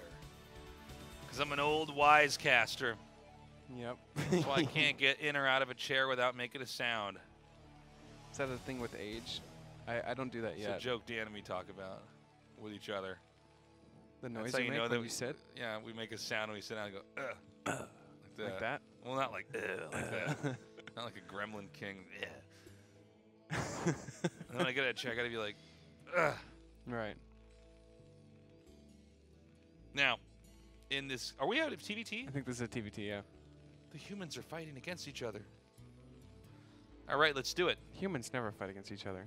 TVT. Without Artosis. Wish us luck, ladies and gentlemen. It's going to be a stand-up comedy. Yep. Actually, it's going to be, wait for it, sit-down comedy. Okay, You made the exact same noise I made. No. It's just my voice is not as deep as your voice. No, it's because you're young. Oh. There's a thing to it. I'll get it eventually, I guess. You'll get there one day. Now, TVT is an incredibly complex matchup. Yeah. We want to see them race into tech, but there's all sorts of different types of techs you can go for. Yeah. There's so many that I think we almost need to kind of let the game develop and then start to point out the pros and cons of what they're doing here. Right. I mean, predictions here would be weird. A lot of the matchup is centered around the power of a siege tank in siege mode. The siege tank in siege mode is basically, when you're trying to go into a fight, it's the scariest thing ever. And so unlike matchups where the player is constantly trying to defend the bases, like we saw in the last game, right? It was a matter of just trying to get a place with minerals and defend it. Right. We see a lot more fights over areas where there is no base, because the more surface area of the map you control, the more opportunities you have. Yeah. So, for instance, the small bridges outside of the natural become incredibly important. The high ground, let's say that we're the green Terran in the bottom right. To the left there, the high ground area is also very important to control this. But, of course, if you end up controlling certain areas on the ground, then you're at risk of being hit by drops. Right. There's also, a lot of these. Whoa, it looked really buggy on our screen there for a second. Oh. There's also the possibility that you can have these crazy tech switches. Yeah. Like, they're getting a little bit of an edge here on the ground, and then boom, wraiths come in. Yeah. There's so much stuff that can happen, and it tends to be the longest matchup. Yes, it does. I think positioning is really important in this matchup in general. There's a lot of positioning and fighting for your economy being better than your opponents. And then, yeah, you have to sprinkle in tech switches and stuff too. So it's a really complex matchup where, like, decisive victories are very rare, I think, unless it's just a build order win. It's also a real endurance test of a matchup. Yeah. Because it has this kind of awkward way in which you're fighting into each other, because the siege tank's range is actually further than its base vision sight. Yeah. So if you can get extra vision, whoa, proxy starport. If you can get extra vision, then your tank can fire further than it could see, which is great in tank versus tank, because you can siege out of the range of their tank, and then their tank will be hit by your tank first. Right. So We have a starport down here in the very bottom left. I actually need to check who's who in this game. Give me 1 second. Sure. I'm curious if this Sorry is the same Sorry. I think there's a StarCraft 2 Sorry. That was really good. I can't remember. Hold on. It's an old name. So I'm curious how the starport develops, because there are a couple options with it. On this sheet it says it's getting vulture upgrades. Could be just a drop. Could also be a wraith or something weird. on this sheet it's saying that I think it's Sorry over here is actually Neo G Hugh Dadak. Well, that clears things up. Yeah. Unless that's, I'm not sure. You know, the problem is sometimes these guys have had multiple IDs over different periods of time. In case you guys are tuning in and wondering how we would not know who's who, this is their BattleNet IDs. Right. And so a lot of people are, well, actually nobody's on their normal ID. People don't ladder on their And IDs. so, yeah, and so like some of these are Smurfs. Dropship. We had a guy named Reach July earlier. I wasn't sure if it was July, Zerg, or Reach, or neither of them. It turned out it was Reach. Yeah. And so they're giving us little data sheets. And in this case, you know, these guys, their aliases don't match up. their aliases don't match up. But we don't know either of them. So, But like, clearly this is a good match, and that's why we picked it. So we have a dropship coming in here. Now, I don't know what is going on inside Green's main, but this is a pretty scary attack. Scary, yeah. There's nothing in the main right now. There was 3 factories, though, so he's Oh producing my quite God. quickly. Yeah, But he's just out of position. By the time he rotates in, he's going to lose so many workers. Okay, here we go. Here comes the fight. Yeah, SCVs are already going down. I mean, you can't even retreat fast enough, honestly. Already, Yeah. so many SCVs are going down already. And also, he has the micro ability to possibly take the fight, but yeah, he saves 3 of the 4 with almost all their HP. Yeah. He's going to come back again. It's one of the funny things about vultures. They're so fast. Gets another one. Yeah. And he's being annoying. He's going to follow it up with a Wraith. That's really annoying. He's so good. Yeah. That's going to be really, really hard to deal with. It's like, the time you finally push back the vultures, you're not really going to be ready to deal with the Wraith, the Cloak Wraith. Right. I mean, right now he has nothing. He has an armory, maybe he can get some He Goliaths, doesn't have but a scan, right? Yeah, he has no eBay. He doesn't have any vision. Like, he doesn't have any way to uncloak it. No scans, no engineering bay. Okay, here comes it. I mean, Wraiths do laughably little damage, though. It's not like... yeah. But it's still going to do so much. Is this walled in? Look at that. He's so good. Yeah, he's good. And now he could probably drop the vultures in there again and send the Wraith in. I wonder if he's going to wait for multiple Wraiths. It looks like he might. I'm not sure if he's waiting for Cloak or if he's waiting for multiple. I think it's both, actually. Because once you show the Wraiths and they cloak, then they're going to start trying to stop Cloak. But they might just be on this course of not being that concerned with Cloak. Yeah, I mean, at this point, you'd expect it to hit you, right? Right. So the longer it goes on, after seeing tanks like this too, you're probably not expecting an immediate Banshee attack or a Wraith attack. It's a pretty crafty way to play this here from Sorry. Is that the first? Is that a? Was he getting a Comstat? Who? The Teal Terran. I don't think so. I don't see anything. Okay, no, he's not. This might be too much damage because because three's enough that you can actually start to really. Yeah, and he's not even. He didn't. I don't even think he had to cloak there, but he is. Okay, there he is. Yeah. Yeah. Well, the Goliath is here. Oh, this is good. He's contained him with mines, but I don't think it's going to be hard for Sorry to come out here. This is very. There's a lot of damage. What if he could even kill? Probably not, because he just get repaired. Oh, this is so much damage. The engineering base just being started, or an academy rather, is just being started now.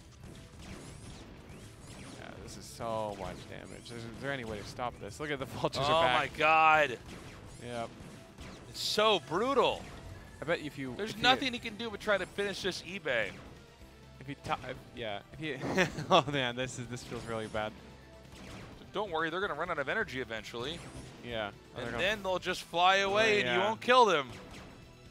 I think one of them is about to run out. He might actually tap out pretty soon here. This is like, you got to be kidding me levels of damage.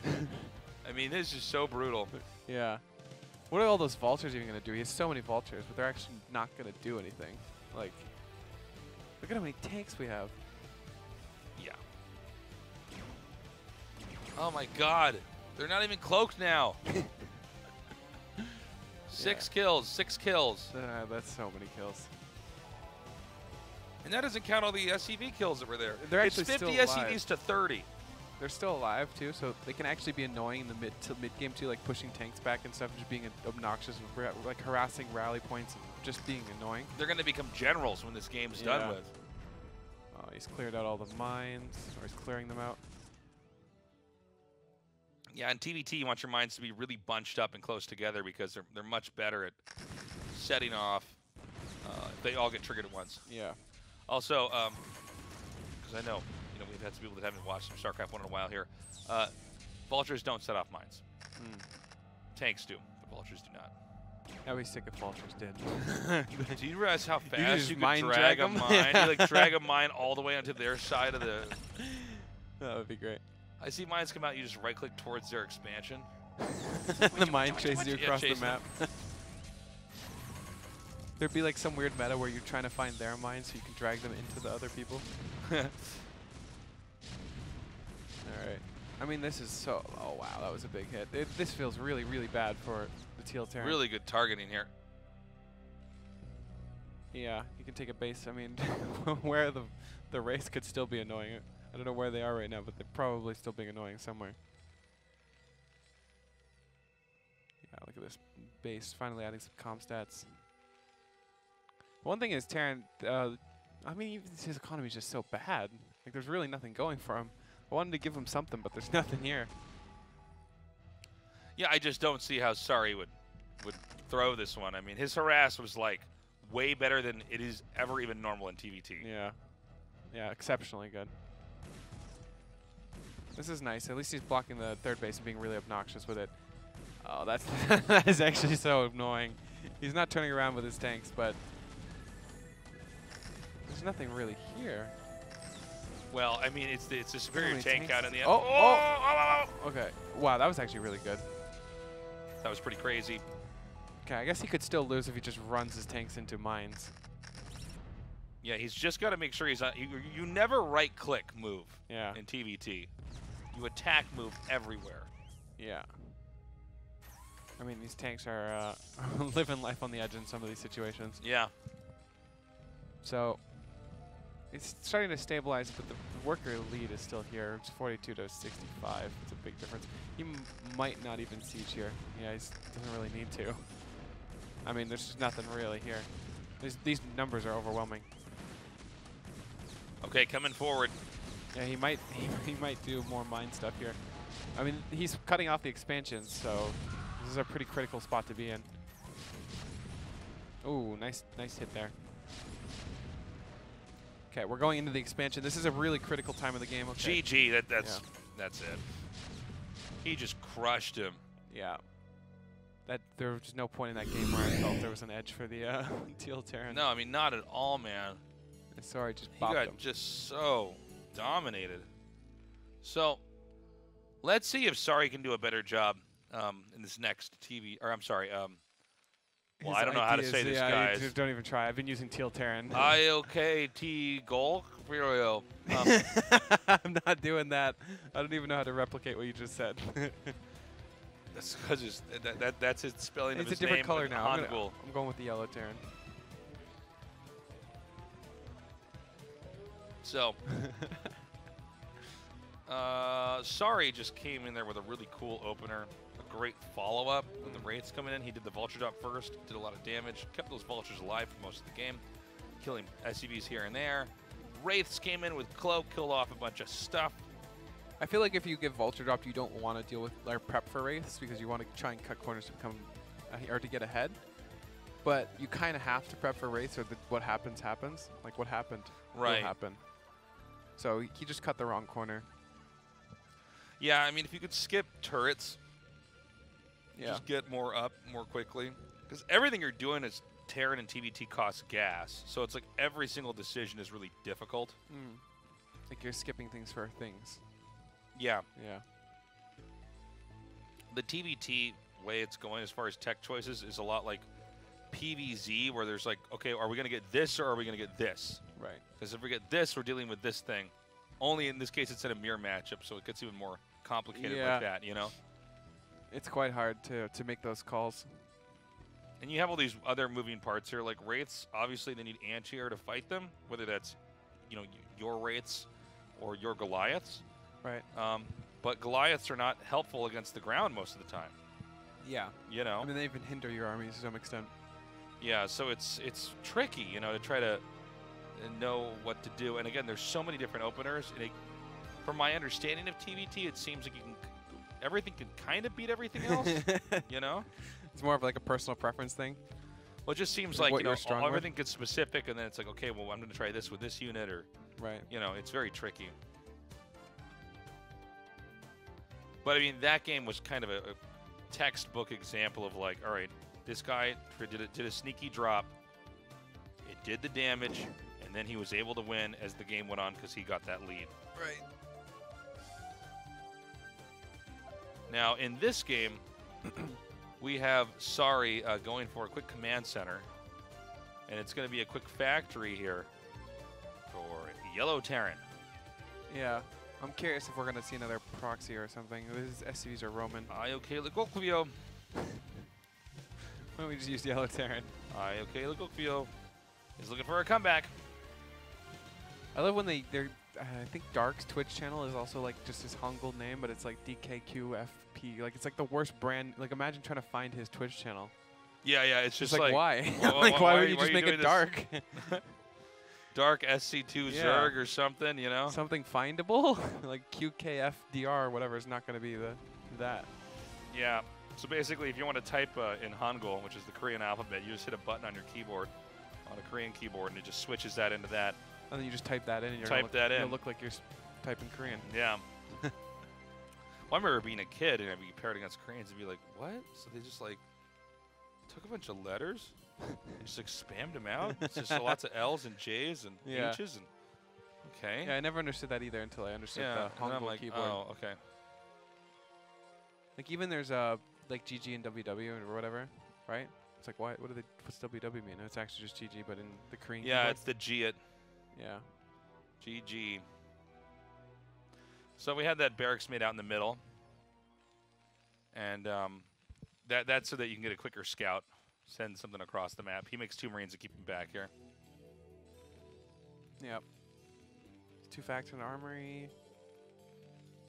So I mean, the next couple of minutes are going to be kind of important, you know, for this. Yeah. Well, we have a kind of a ground and pound opener here. Ground and pound.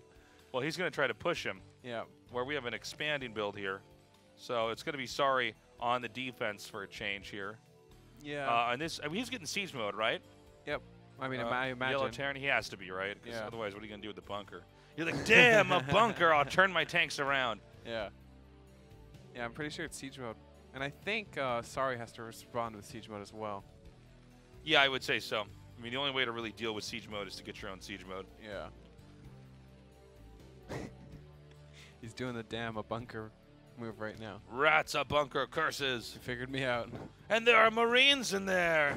Not fire bats or ghosts. Oh, look at this. There's a second bunker behind the first bunker. Yeah, because what he can do is he can hop the Marines out after the bunker's destroyed. He can be like, whoop. Yeah, so he's go back in there. Pretty high understanding of what's going on right now. But The it's still bunker's scary. on fire. Ooh, Wraith.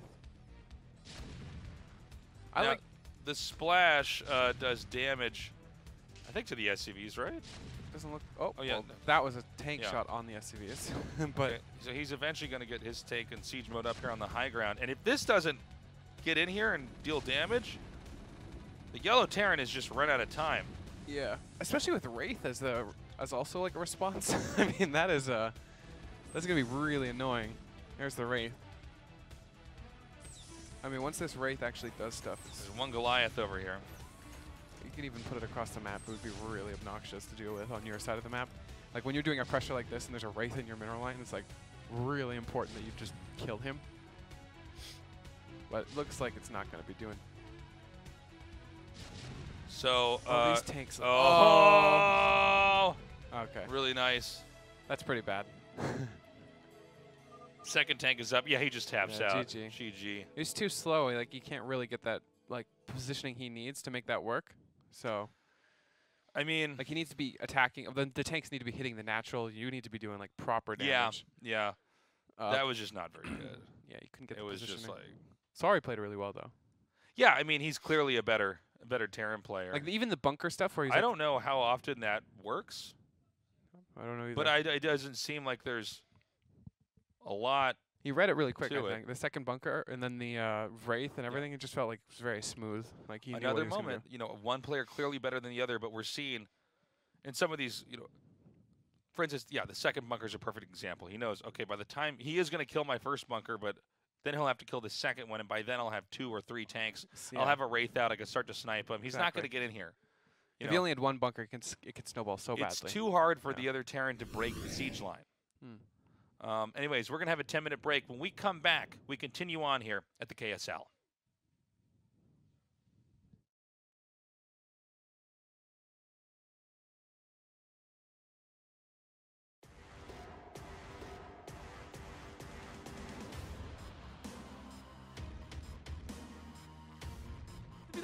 자, 먼저 보시는 진영 변현재 선수입니다.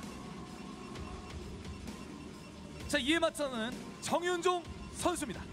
그러면 다크가 와도 무시하고 드래곤 들어가서 똑같이 피해를 입히는 것밖에 없거든요. 근데 지금 움직임 어때요? 네, 이제 지금은 가겠죠? 사실 먼저 다크가 좀 나와서 도착하기 전에 찔러줘야 되는데 예. 이미 약간 타이밍 자체가 좀 어긋났거든요. 네. 이거 늦었죠? 투다크 찍어서 다크 하나 보내고 한 길은 드래곤 막아주면 자, 지금 이거 이 드래곤 숫자 보면은 너무 지금 행복해하는 상황입니다. 네. 미소 짓죠 이러면은 정윤종 선수. 네, 이미 바꿔 확인했고 뒤쪽으로 빠지고 퇴각하고 있는 드라군입니다. 요거는 정윤종이고요. 진짜 칼라는 뒤에 있어요. 이러면 의심 좀 해야 돼요. 왜 이렇게 순수하게 좀 순진하게 뒤로 빠질까? 네. 이거 좀 예상을 해야 될 것 같거든요. 자, 빠지고. 왔습니다. 자, 다크가 하나는 일단 나왔습니다. 지나가면서 나머지 다크 하나로 수비를 하는 그런 형태를 그렇죠. 보여주겠죠. 자, 수비 하나 지금 다크 맞고요.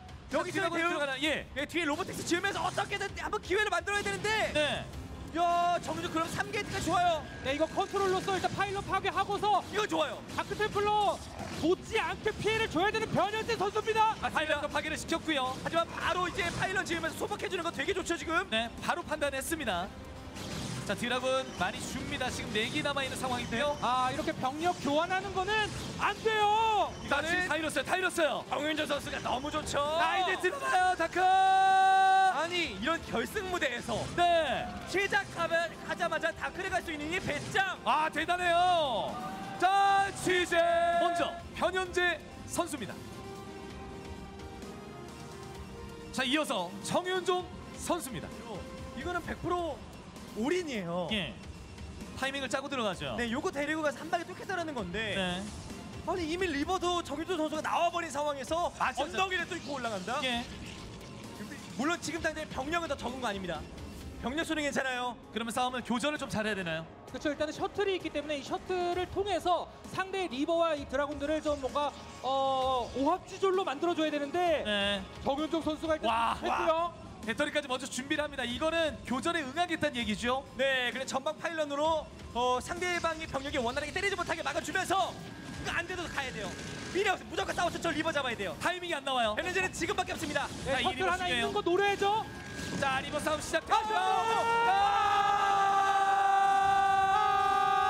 정윤종! 늘 잡아내요. 실드 배터리까지 안 죽어요. 리버가 죽지 않습니다. 이제야 죽는데 드라군이 없어요. 이에 맞서는 정윤종 선수입니다. 그러니까 일단은 이 단단한 정윤종 선수의 이 운영을 좀 흔들기 위해서 셔틀 플레이도 뭐 할 수 있는 변현재 선수인데 지금 이 타이밍, 이 리버 타이밍에 수비를 깔끔하게 해줘야 되거든요. 네, 그런데 리버가 있고 없고에 따라서 이 차이가 워낙 크다 보니까 저 질럿들이 순식간에 녹았을 때, 네. 즉 지금 타이밍이 가장 약한 타이밍이거든요. 그렇죠. 그리고 위치 자체도 네. 여기는 정윤종 선수가 리버와 함께 오면은 뚫기 굉장히 어렵습니다. 네, 저 질럿 사이에 스케일만 2방만 떨어져도 이거 절대로 유리해질 수 있어요. 발업도 안 됐습니다 아직. 위험했었어요. 순간적으로 이제 거리 둬야 되고요. 네, 본인은 언덕 위에 좀 드라곤을 올려놔야 돼요 변현재. 들어갔습니다. 네, 이거 지금 위치 자체가 이거 리버에게 네. 딱 잡아먹히기 좋은 위치죠. 한 개가 소중해요. 한 개. 그렇습니다. 저 언덕을 끼고 본인 언덕 끼고 싸워야 되니 아칸이라도 만들어야죠. 자, 빨리 준비를 대응을 해야 돼요, 리버. 자, 질럿이 많이 있는데 아직 발업도 안 된 상태 있고 그래도- 준비가 좀 더 필요한 변현재 선수입니다. 스킬을 가요. 그래도 침착하게 최대한 뒤로 빼면서 싸움을 해주고 있습니다. 잘 싸우고 있어요. 하지만 리버 아파요. 자, 이거 셔틀. 셔틀 압박. 그다음 리버. 리버 잡았어요. 리버 잡았어요. 아, 이거 드라군 차이 좀 심합니다. 네, 많이 나왔습니다. 후속병력까지 다 왔고요. 네. 그리고 아예 조연해서 영원히 앞마당 위에서 와. 말라죽게 자 만들기 위한 그런 준비를 해주고 있어요. 네. 자, 성을 만들고 있습니다. 자, 그래서 옵저버. 다크를 뽑았는데 옵저버가 지금 없으면 아, 이거 일단 봤어요. 예, 무빙을 봤어요. 예. 야 그냥 흐물거리는 것도 바로 지금 캐치했습니다. 네. 자, 그리고 일단 5점으로 캐논을 지워주고 뒤에 있습니다. 뒤에 캐논이 지금 지어질 것 같은데 같은데 이거를 아직 간당간당합니다 이거. 자, 5점으로 열심히 달려오고 있고요. 요거를 깨놓고 하이템플러 스톰과 함께 네. 이게 뚫 아, 이거- 상황을 만들어야겠죠. 네, 거리는 잘 차서 캐논 2개는 가져가네요. 그리고 다크템플러 하나 이제 난입하는 거 이걸로 좀 추가 병력 못 오게 하면서 네, 이 타이밍에 배현재 선수가 흔들어줘야 돼요. 그렇지 여기 올라가면은 이거 막으면서도 좀 꼬일 수 있거든요. 아! 아니 풀어보도 시간을 끌어요 지금. 아니, 프로브전치가 많이 끌었어요. 자, 자, 이제 들어왔습니다. 이거 진짜 이거 모르겠는데요. 이거 네. 3킬. 자, 4킬. 자, 이제 올라가죠 이거 변현재 선수. 스톱. 자, 쏙 빠집니다. 하지만 배터리 리버 자리가 좋습니다 정윤. 네. 자리가 너무 좋아요. 자, 위에서 아. 녹아오고 있습니다. 와 배터리. 힘 많이 보고 있어요, 리버. 와, 근데 8킬. 아니 이거 절대적으로 피해주는 딱 거죠. 9킬. 프로보는 일단 자원줄을 좀 메말르게 만들고 있어요. 자, 이러면 막으면 돼요. 막으면 되거든요. 이 병력 싸움이 중요해요. 맞습니다. 아 바람이 자꾸 안 돼 있어서 그게 좀 문제가 될 것 같고요. 아, 저 셔틀 진짜 저 체력 얼마 남지 않은 셔틀로. 이거 잡아야 되겠는데요. 변현재 이거 한 번만 막아내면 됩니다. 하지만 디나군이 많아요. 그렇죠. 리버가 남아 있어서 이게 큰 차이로 벌어질 수 있습니다. 디나군 없어요. 근데 너무 많아요, 정윤종. 아니 이거 아까 그 언덕 위로 올라가지 않았더라면 그렇죠. 정효정 선수의 이 병력을 막을 수도 있었을 텐데요. 자기 한방 막아내는 것이 아주 어려워 보이고요. 정유중이 결국 잡을 수 있을 것 같은데요. 후속 병력 많이 왔는데요. 계속 줄거리는 변현재의 병력입니다. 자, 스톱 떨어져서 리버 체력 같지만 문제는 드라군. 어떻게든 프로보도 나와서 질러 뛰어나와야죠. 자, 드라군 많아요. 거의 다 줄거리는 변현재. 아, 이거는 이미 피해이고 병력 상황 자체를 뒤집을 수가 없습니다. 네, 맞습니다. 후속 병력 또 와요. 계속 옵니다. 3대1 경기의 종집을 짓기 위해 드라군 달려오고 있고 네. 하나하나 나오는 유닛으로는 이거 막기 어려워요. 어렵죠. 드라군이 거의 뭐 주둔하고 있습니다. 네, 굉장히 많은 병력인데요. 게이트를 이미 점령했기 때문에 말씀하신 대로 하나씩 나와 자, 이에 맞서는 정윤종 선수입니다. 네, 마지막 세트가 될 수가 있습니다. 혹은 다시 한번 역전의 실마리를 이 5세트에서 네. 만들어내면서 멋진 경기를 보여줄지 상당히 좀 긴장이 되는 그런 승부고요. 자, 변현재 선수 그래도 이거 상황 만들어내야 됩니다. 이거 마지막이라고 생각을 해야 되고요. 두 선수 프로토스 대 프로토스 진짜 보여줄 수 있는 신의 경기입니다. 네, 이게 마지막 예. 세트가 되지 않게 하기 위한 그런 멋진 모습을 보여주고 있기는 한데 근데 이거 숨통 끊을 생각이에요, 정윤종. 그리고 하이템플러 차이 이것을 리버를 극복해야 돼요. 네. 리버를 계속 섞어주면서 황금 컨트롤 최고의 컨트롤을 보여줘야 됩니다. 병력 이동하는 거 봤어요. 다크로 확인했습니다. 네, 이것도 앞마당 가는 척하면서 결국 뛰쳐나오게 만든 다음에 그래, 박대 정말. 격파하려는 거죠. 그렇죠. 아카! 자, 쌓였어요. 감쌌어요. 자, 이제 들어가요. 아웃이에요. 이거 막아야 돼요. 이러면서 자, 이러면서 프로브 앞마당. 상하면 앞마당에 하이템플러 사이오닉 스톰이 나올 수도 있고요. 이거 조심해야 됩니다. 프로브 많아요. 질러 네, 이거 하이템플러. 프로브! 자, 3킬, 2킬, 5킬 나왔습니다. 이거 생각보다 또 있어요. 또 있어요. 난리 났습니다. 축배만 뗐어요. 변현재 가야 돼요. 이 병력으로 끝까지 가야 됩니다. 넌 이걸로 가야 돼요. 우선 병력 많아요. 우선 병력 옵니다. 정윤종. 정윤정, 저 한 세트 진 것도 많이 진 거다 라는 생각으로 지금 다시 한번 힘을 주고 있죠. 악한 3개밖에 안 남았어요. 네, 이 악한 세기로 우승컵을 거머쥐어야 됩니다. 힘듭니다. 힘든 싸움이다. 프로브가 없어요. 네, 정말 꿈을 싣고 저 악한이 힘을 내줘야 되는 그런 상황인데 넥서스 이러면 한 곳이에요 지금. 자, 깨져. 테러 15 남았습니다. 넥서스 끊어지면 생명줄 완전 끊기는 겁니다. 스톰 보세요. 길려면 이거 넥서스입니다. 나 이거 아이고, 드라마 넥서스 파괴 9시 완전 파괴됐습니다. 넥서스 없어요. 자원수면 안 돼요. 예, 정말 뭐 악마의 프로토스와 그 어떤 프로토스의 수식을 네. 다 붙여놔도 될 것 같아요. 그러니까요. 그 모든 것을 종합해서 완성체로 만들어진 것이 바로 이 정윤종이 아닐까 하는 생각이 들 정도로 네. 놀랍습니다. 게임은 정말 재능이다라는 것을 몸소 실천해주고 있네요. 황제가 아닙니다. 신의 경지입니다. 신의 경제. 네, 이제는 프로토스 황제에서 뭔가 불멸자 인간의 영역이 아닌 최고의 그런 모습을 보여주고 있는 정윤종 선수고. 네, 변현재 진짜 잘해주고 있거든요. 네. 네, 아주 좋은 모습 보여주고 있는데 차이가 너무 큽니다. 자, 많아요. 네, 이 하이템포가 많아요. 초라해 보입니다. 턱 떨어지죠, 스톱. 자, 계속 떨어지는 스톱. 이 스톱이가 셔틀도 조심해야 되는데. 본인이 지게! KSL 시즌 3 프로토스 수장이 됩니다. 프로토스 우승입니다. 네, 프로토스의 황제 그 자체를 보여줬고 증명을 해냈습니다. 그리고 양대리가 모든 대회를 우승을 해내면서 보잘함 없는 커리어함의 이제 정윤종이다 라고 말씀드릴 수 있는 상황을 만들어내면서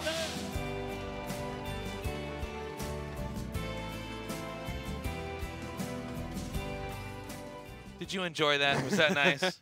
Rain's pretty good, isn't he? We enjoyed that, actually. I enjoyed that. Welcome back to KSL. We're continuing on here in the online qualifiers. We've had a lot of one-sided matches. We have. Woo! But Some gems gonna in there, get- though. well, you know what?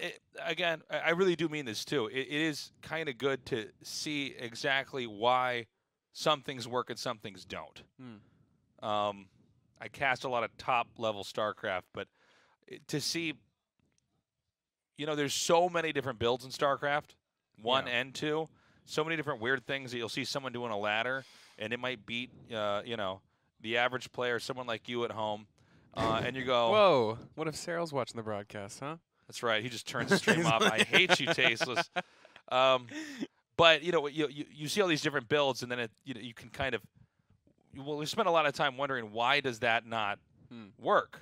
It beat me, or I feel like today you're really seeing how to stop a lot of the weird things that you'll encounter in ELO hell. Right. The game is now ready. Let's go.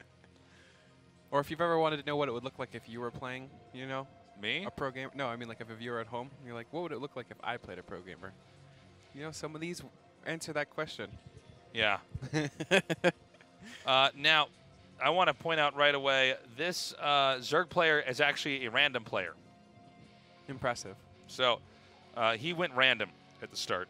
It's unfortunate how difficult StarCraft actually is, because it would be so cool if we actually had pro gamers that could play random at a pro level. Well, I mean, the thing with random, let's talk about that for a second, because one thing with StarCraft is these build orders have to be so specific Yeah. that if you don't know what the opponent's race is, because if you guys don't play a lot, I should remind you that when the game starts, it doesn't tell you what the race is. Yeah. So you just have no idea what you're up against. It's one of the advantages of trying to pick random. Now the problem is that these matchups have become so fine-tuned that basically as the moment the game has started, you need to have a plan. So not knowing what race they are you can end up in an absolutely garbage position. I'll give you an example, right? Protoss is a race. Protoss versus random. Versus both Terran and Protoss, you need to have a pylon in your main for your first pylon. Versus Zerg, you need it at your natural. Yep. So what do you do? It's exactly the same as StarCraft 2 as well. Right. And so you have no idea what you could make your pylon on the low ground, and then, it's a Protoss player. Right. And you're going to look like a silly goose. Or you make it in your main, and you go, it's a Zerg player. Right. What am I going to do? I can't get my fast expand up. I got to use a build from 2001. I think if there were actually 2 races in StarCraft, that random would be way more viable. But 3 races is too many combinations of matchups. You know what I mean? Well, by yeah, that? not just that, but also just some maps. It's just hard to know. I mean, blockchain is an example. Like it's a total headache. If it was 2 races, if you think about the amount of matchups possible. It's not nearly as many as 3 races. Right. So, like, the problem is there's just too many matchups. Like, I play random at a Grandmaster level in StarCraft 2, but it's not even close to my Zerg level of depth. Like, I'm actually there mechanically. Are you cheesy when you do it? Because that's No, what no, a lot no. of people do is they'll basically open up with a hard counter, like cheese build, where if you don't have the exact right opening, you're in trouble. It's not, I don't have to be cheesy with it, but my mechanics carry me, if that makes sense. Yeah, you're just fast and you're making stuff. like, and I just spend my money and the people die. But it doesn't really work that way in the higher levels. Did you see that? He just blocked the gas. Yeah. What the hell is going on? The Zerg takes the 3rd hatch. Get it! I thought he was going to get a gas block there. Interesting. So why would he? Like he's taking the gas at his natural. Does he even care that he got gas blocked in his main? I don't know. I think he doesn't. I even was really wondering care. about that because, like, you actually don't see that often unless this is something new and I don't know about it. But you're obviously forcing the gas to be taken at the bottom. I think he actually wanted to go make it on both, but I don't. A double gas block would be so obnoxious. You can even build lings and just kill the refinery, though. Yeah. And so basically, Terran is going into a real econ game. He really wants to try to build up as much as possible. And the same is true for Zerg. By the way, this is Sorry, the same player we casted earlier on. Looks our break. really strong. Yeah, I he mean, looks like, It's good. hard to say because there's a mismatch, but he did everything theoretically correctly. So we'll have to see how this matchup plays out. I think it's really tough to play random, like at a pro level. So I have to imagine that this is somewhat of a mismatch, even in its own right. Well, the weird thing is if you can play random at a pro level, it would almost make more sense to try to just learn a race at a pro level. Yes, it would. Because the thing about all these different matchups on all these different maps is there are so many obscure situations. Yeah. Like, let's take, for instance, a PvP on the map Gladiator. Mm-hmm. That's so different from a normal PvP. It's so hard Right. that, like, you got to be ready for, like, everything. Mm-hmm.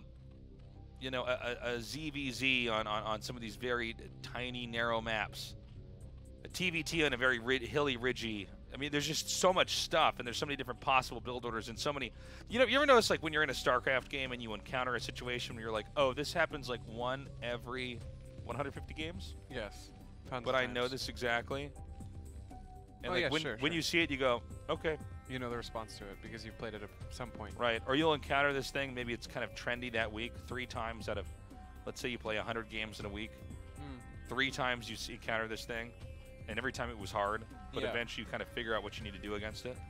I mean, this is actually what inhibits my random, I think, is a lot of those obscure builds where, like, they practice it a ton, but I'm playing random. I've never played this build or this matchup. You know, I played random for a long time. Well, not a very long time, but I used to. Or I would pick a race and, you know, I just liked playing all the matchups, Yeah, yeah, yeah. basically. Because I just thought it was so fun, but... It's actually more fun. Like, I play Zerg as a main race, but me playing Terran or Protoss, I enjoy it more because it's newer and fresher to me. yeah, yeah. Like, Zerg actually feels like the grind. I'm playing the grind, but in Terran, everything is new and fresh. Yeah, exactly. Everything's novel. And You're it's trying to more figure- fun because I'm not trying as hard either, too. It's like I'm just Well, if you having win, fun. you're like, that was cool. And if you lose, you're like, oh, okay. It's this my is, I off guess- race. Yeah, yeah, it's my off Exactly. race. Yeah, I don't care, exactly. right? You know, it bothers me so much when I get bad mannered when I'm off racing. It bothers me so much. Oh, really? Yeah, I'm like, you're gonna trash talk me when we played like a really, like, it would be a 20-minute close game against my off race. Yeah, yeah. I'm like, you can't do that. Like, that's not fair. And then sometimes they'll challenge my main race. I'm like, no, no. And then we'll play and I'll just demolish them. I'm like, see. Well, there's also something really funny if you beat somebody really good with your off race. And Oh, it's yeah, like, that's great. oh, That's great. You just died to his off race.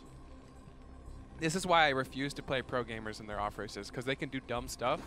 Yeah, and they'll then, know a beat me, and trick I'll or two. never hear the end of it. You know? One time, Artosis played me, and he like drone drilled me up my ramp, and he was just like, I'm like, oh well, this is it. Like I just die. I just died to Artosis' Zerg. He like ling rushed me and had drones just break my ramp, and my Zelts got pushed away, and I'm like, oh, Good job, man. I guess you beat me. I guess you are the better player. So we have, by the way, he's playing in that Corrupted Cup today. He's Yeah. going to win. He's gonna win. He actually, I was at his house. He was prepping. It was really cool. He's putting a lot of time and effort into like practicing, and we talked a lot about like theoretical practice and like what's the best way he should use his limited time to practice. Like Yeah. we just had like all these kind of discussions on this, and I think he's really into it, and he should do really well. It's fun, man. It's fun to like try to work out builds and run different ones on the ladder and kind of see where you're at, and then you can watch your progress as you kind of grow. Yeah, like we specifically discussed like if you have given a certain amount of time, what would be the best way to practice? Like, is it better to just practice everything, or is it better to just grind out a certain build, that kind of stuff? By the way, Zerg screwed up. Yeah. So you want to try to use your Lings and Mutas to deny this army moving out, but it seems like Zerg didn't quite catch this. Yeah. And so now it's going to be a rush into Hive on 2 bases. You actually want to take that bottom left base or the upper right base and put lurkers on the ramp and make it so that Marines can't get up there. But now that's not happening. Lurkers on the ramp is basically unbreakable. I mean, Right. you might as well just pretend there's a wall there. Yeah, I mean, as difficult as it is to get anything up a ramp, Yeah. lurker spines against Marines, like there's 3 lurkers up there. You literally cannot Maxed get army. up there. Like, Yeah. a maxed army might get up there. Yeah, maybe. Maybe. And so right now, Sari's actually in pretty good shape. He's basically got this Zerg contained here. There are lurkers being morphed, 3 of them. An unstoppable amount on ramp. The only thing that's interesting is if this is a random player, like if this isn't his main race, it's quite impressive. You know? Yeah, he looks pretty good actually. Like his fundamentals look really well. Like he understands, he has a high understanding of what he's supposed to be doing. So I'd be really interested to see if he actually has like a main race that has a way higher skill level. It just seems like if you had a main race, why would you not just play your main race? It's true. Because he also didn't do anything cheesy. He kind of opened up like, oh my god.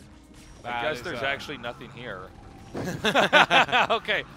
This is one of those funny moments where as a Zerg, this is what happens when you play random. You're like, oh, wait a minute, that actually is enough to kill 4 sunken colonies.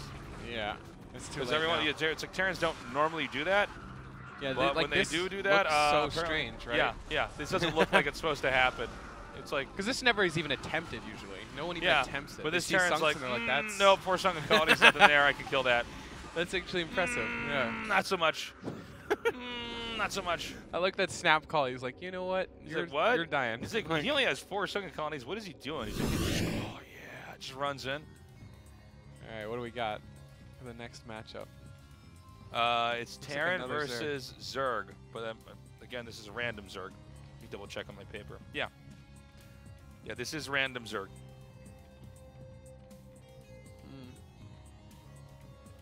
So this is on blockchain, which I feel like is probably even worse here for a random player. And again, this is the problem with random, is that while random players tend to have a very, very good understanding of the exploits that can be used in early game on a player who just doesn't even know what he's playing against. Right. The truth is that there's so much nuance in certain circumstances, right? The 4 sunken colonies there, I actually didn't realize you could bust that down as easily. Yeah. I was looking at that, and I saw lurkers morph in. I'm like, oh, well, then he won't do it. And apparently it's like, you should have had your mutas there, man. Yeah. I didn't know. Well, I think even if 1 or 2 lurkers there, you never, ever even attempt No, that, right? but if there's lurkers morphing, apparently he's like, oh, 4 sunken colonies is absolutely nothing. This play is garbage, and I'm just going to go kill him now. Yeah. The thing is, he probably could have retreated too if those lurkers finished and Right. burrowed. And, you know, it wasn't full commitment. That was just smart play. It was really decisive, smart play.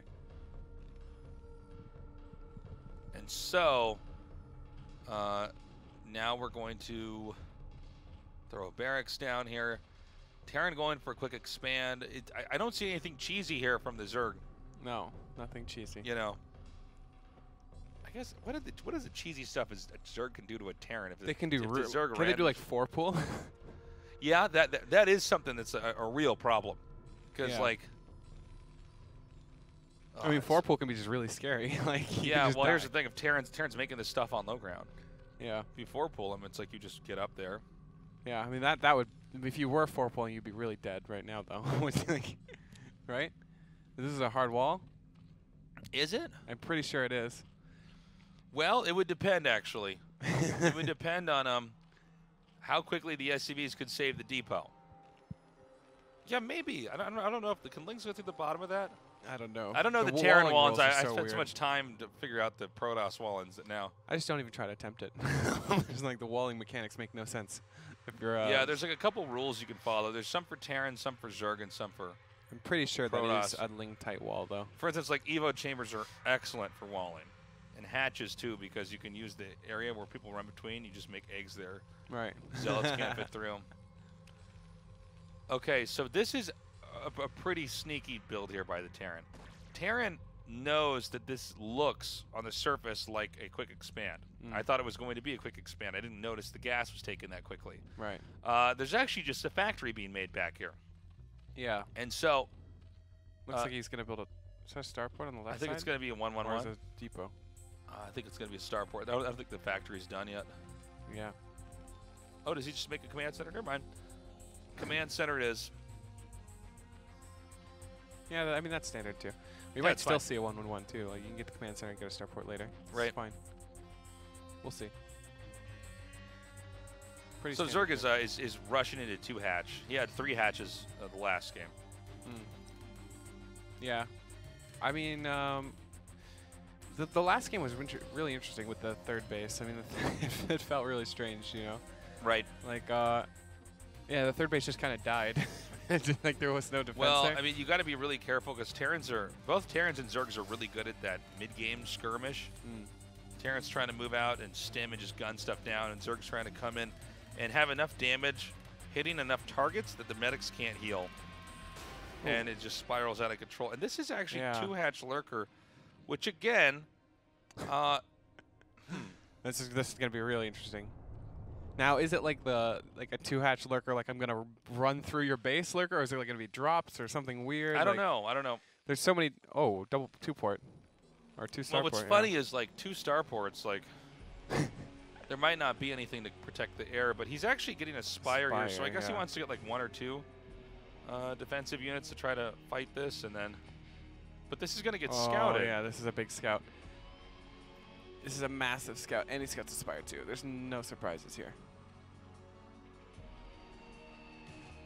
Yeah, that's very unfortunate. I mean, I don't know what to make of this.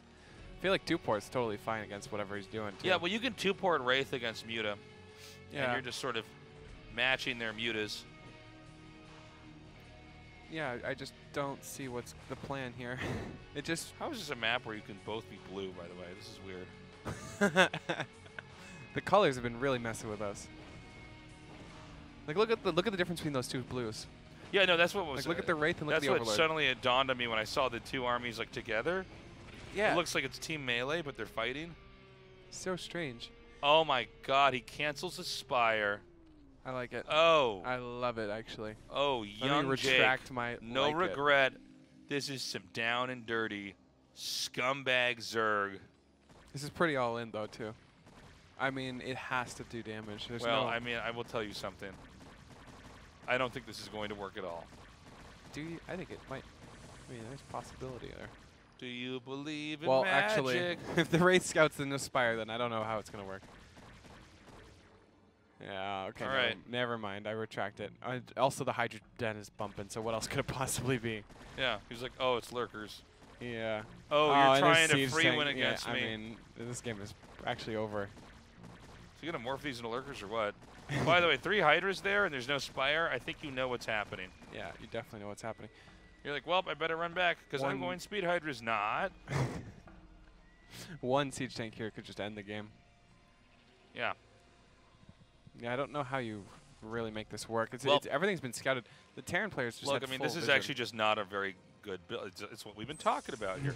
I get the idea. He's like, well, if I cancel that, you'll think I'm going mutas when I'm not. But, like, lurkers aren't good Yeah, against a bunker.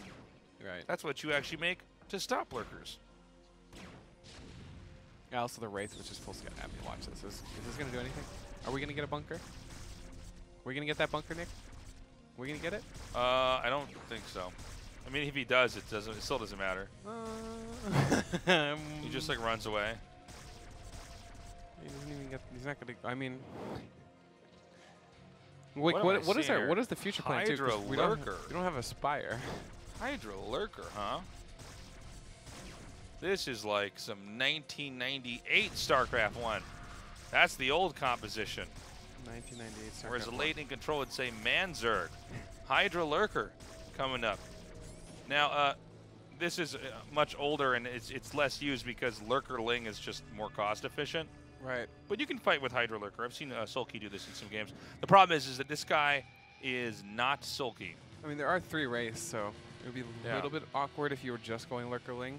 I mean, Wraiths don't really do that much damage, but it would be annoying still.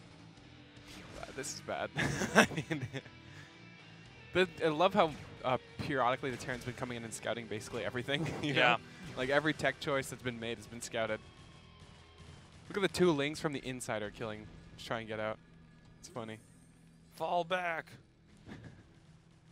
All right. By the way, guys, Wraiths can be micro just like Mutas. Indeed. But you can't put an Overlord in there, hotkey. This is true. That is true. Unless it's team melee. Right? That's right. Unfortunately, we're not playing on Team Melee here. Also known as Archon mode. Right. It's so funny when they announced that. We're like, this already existed in the first one.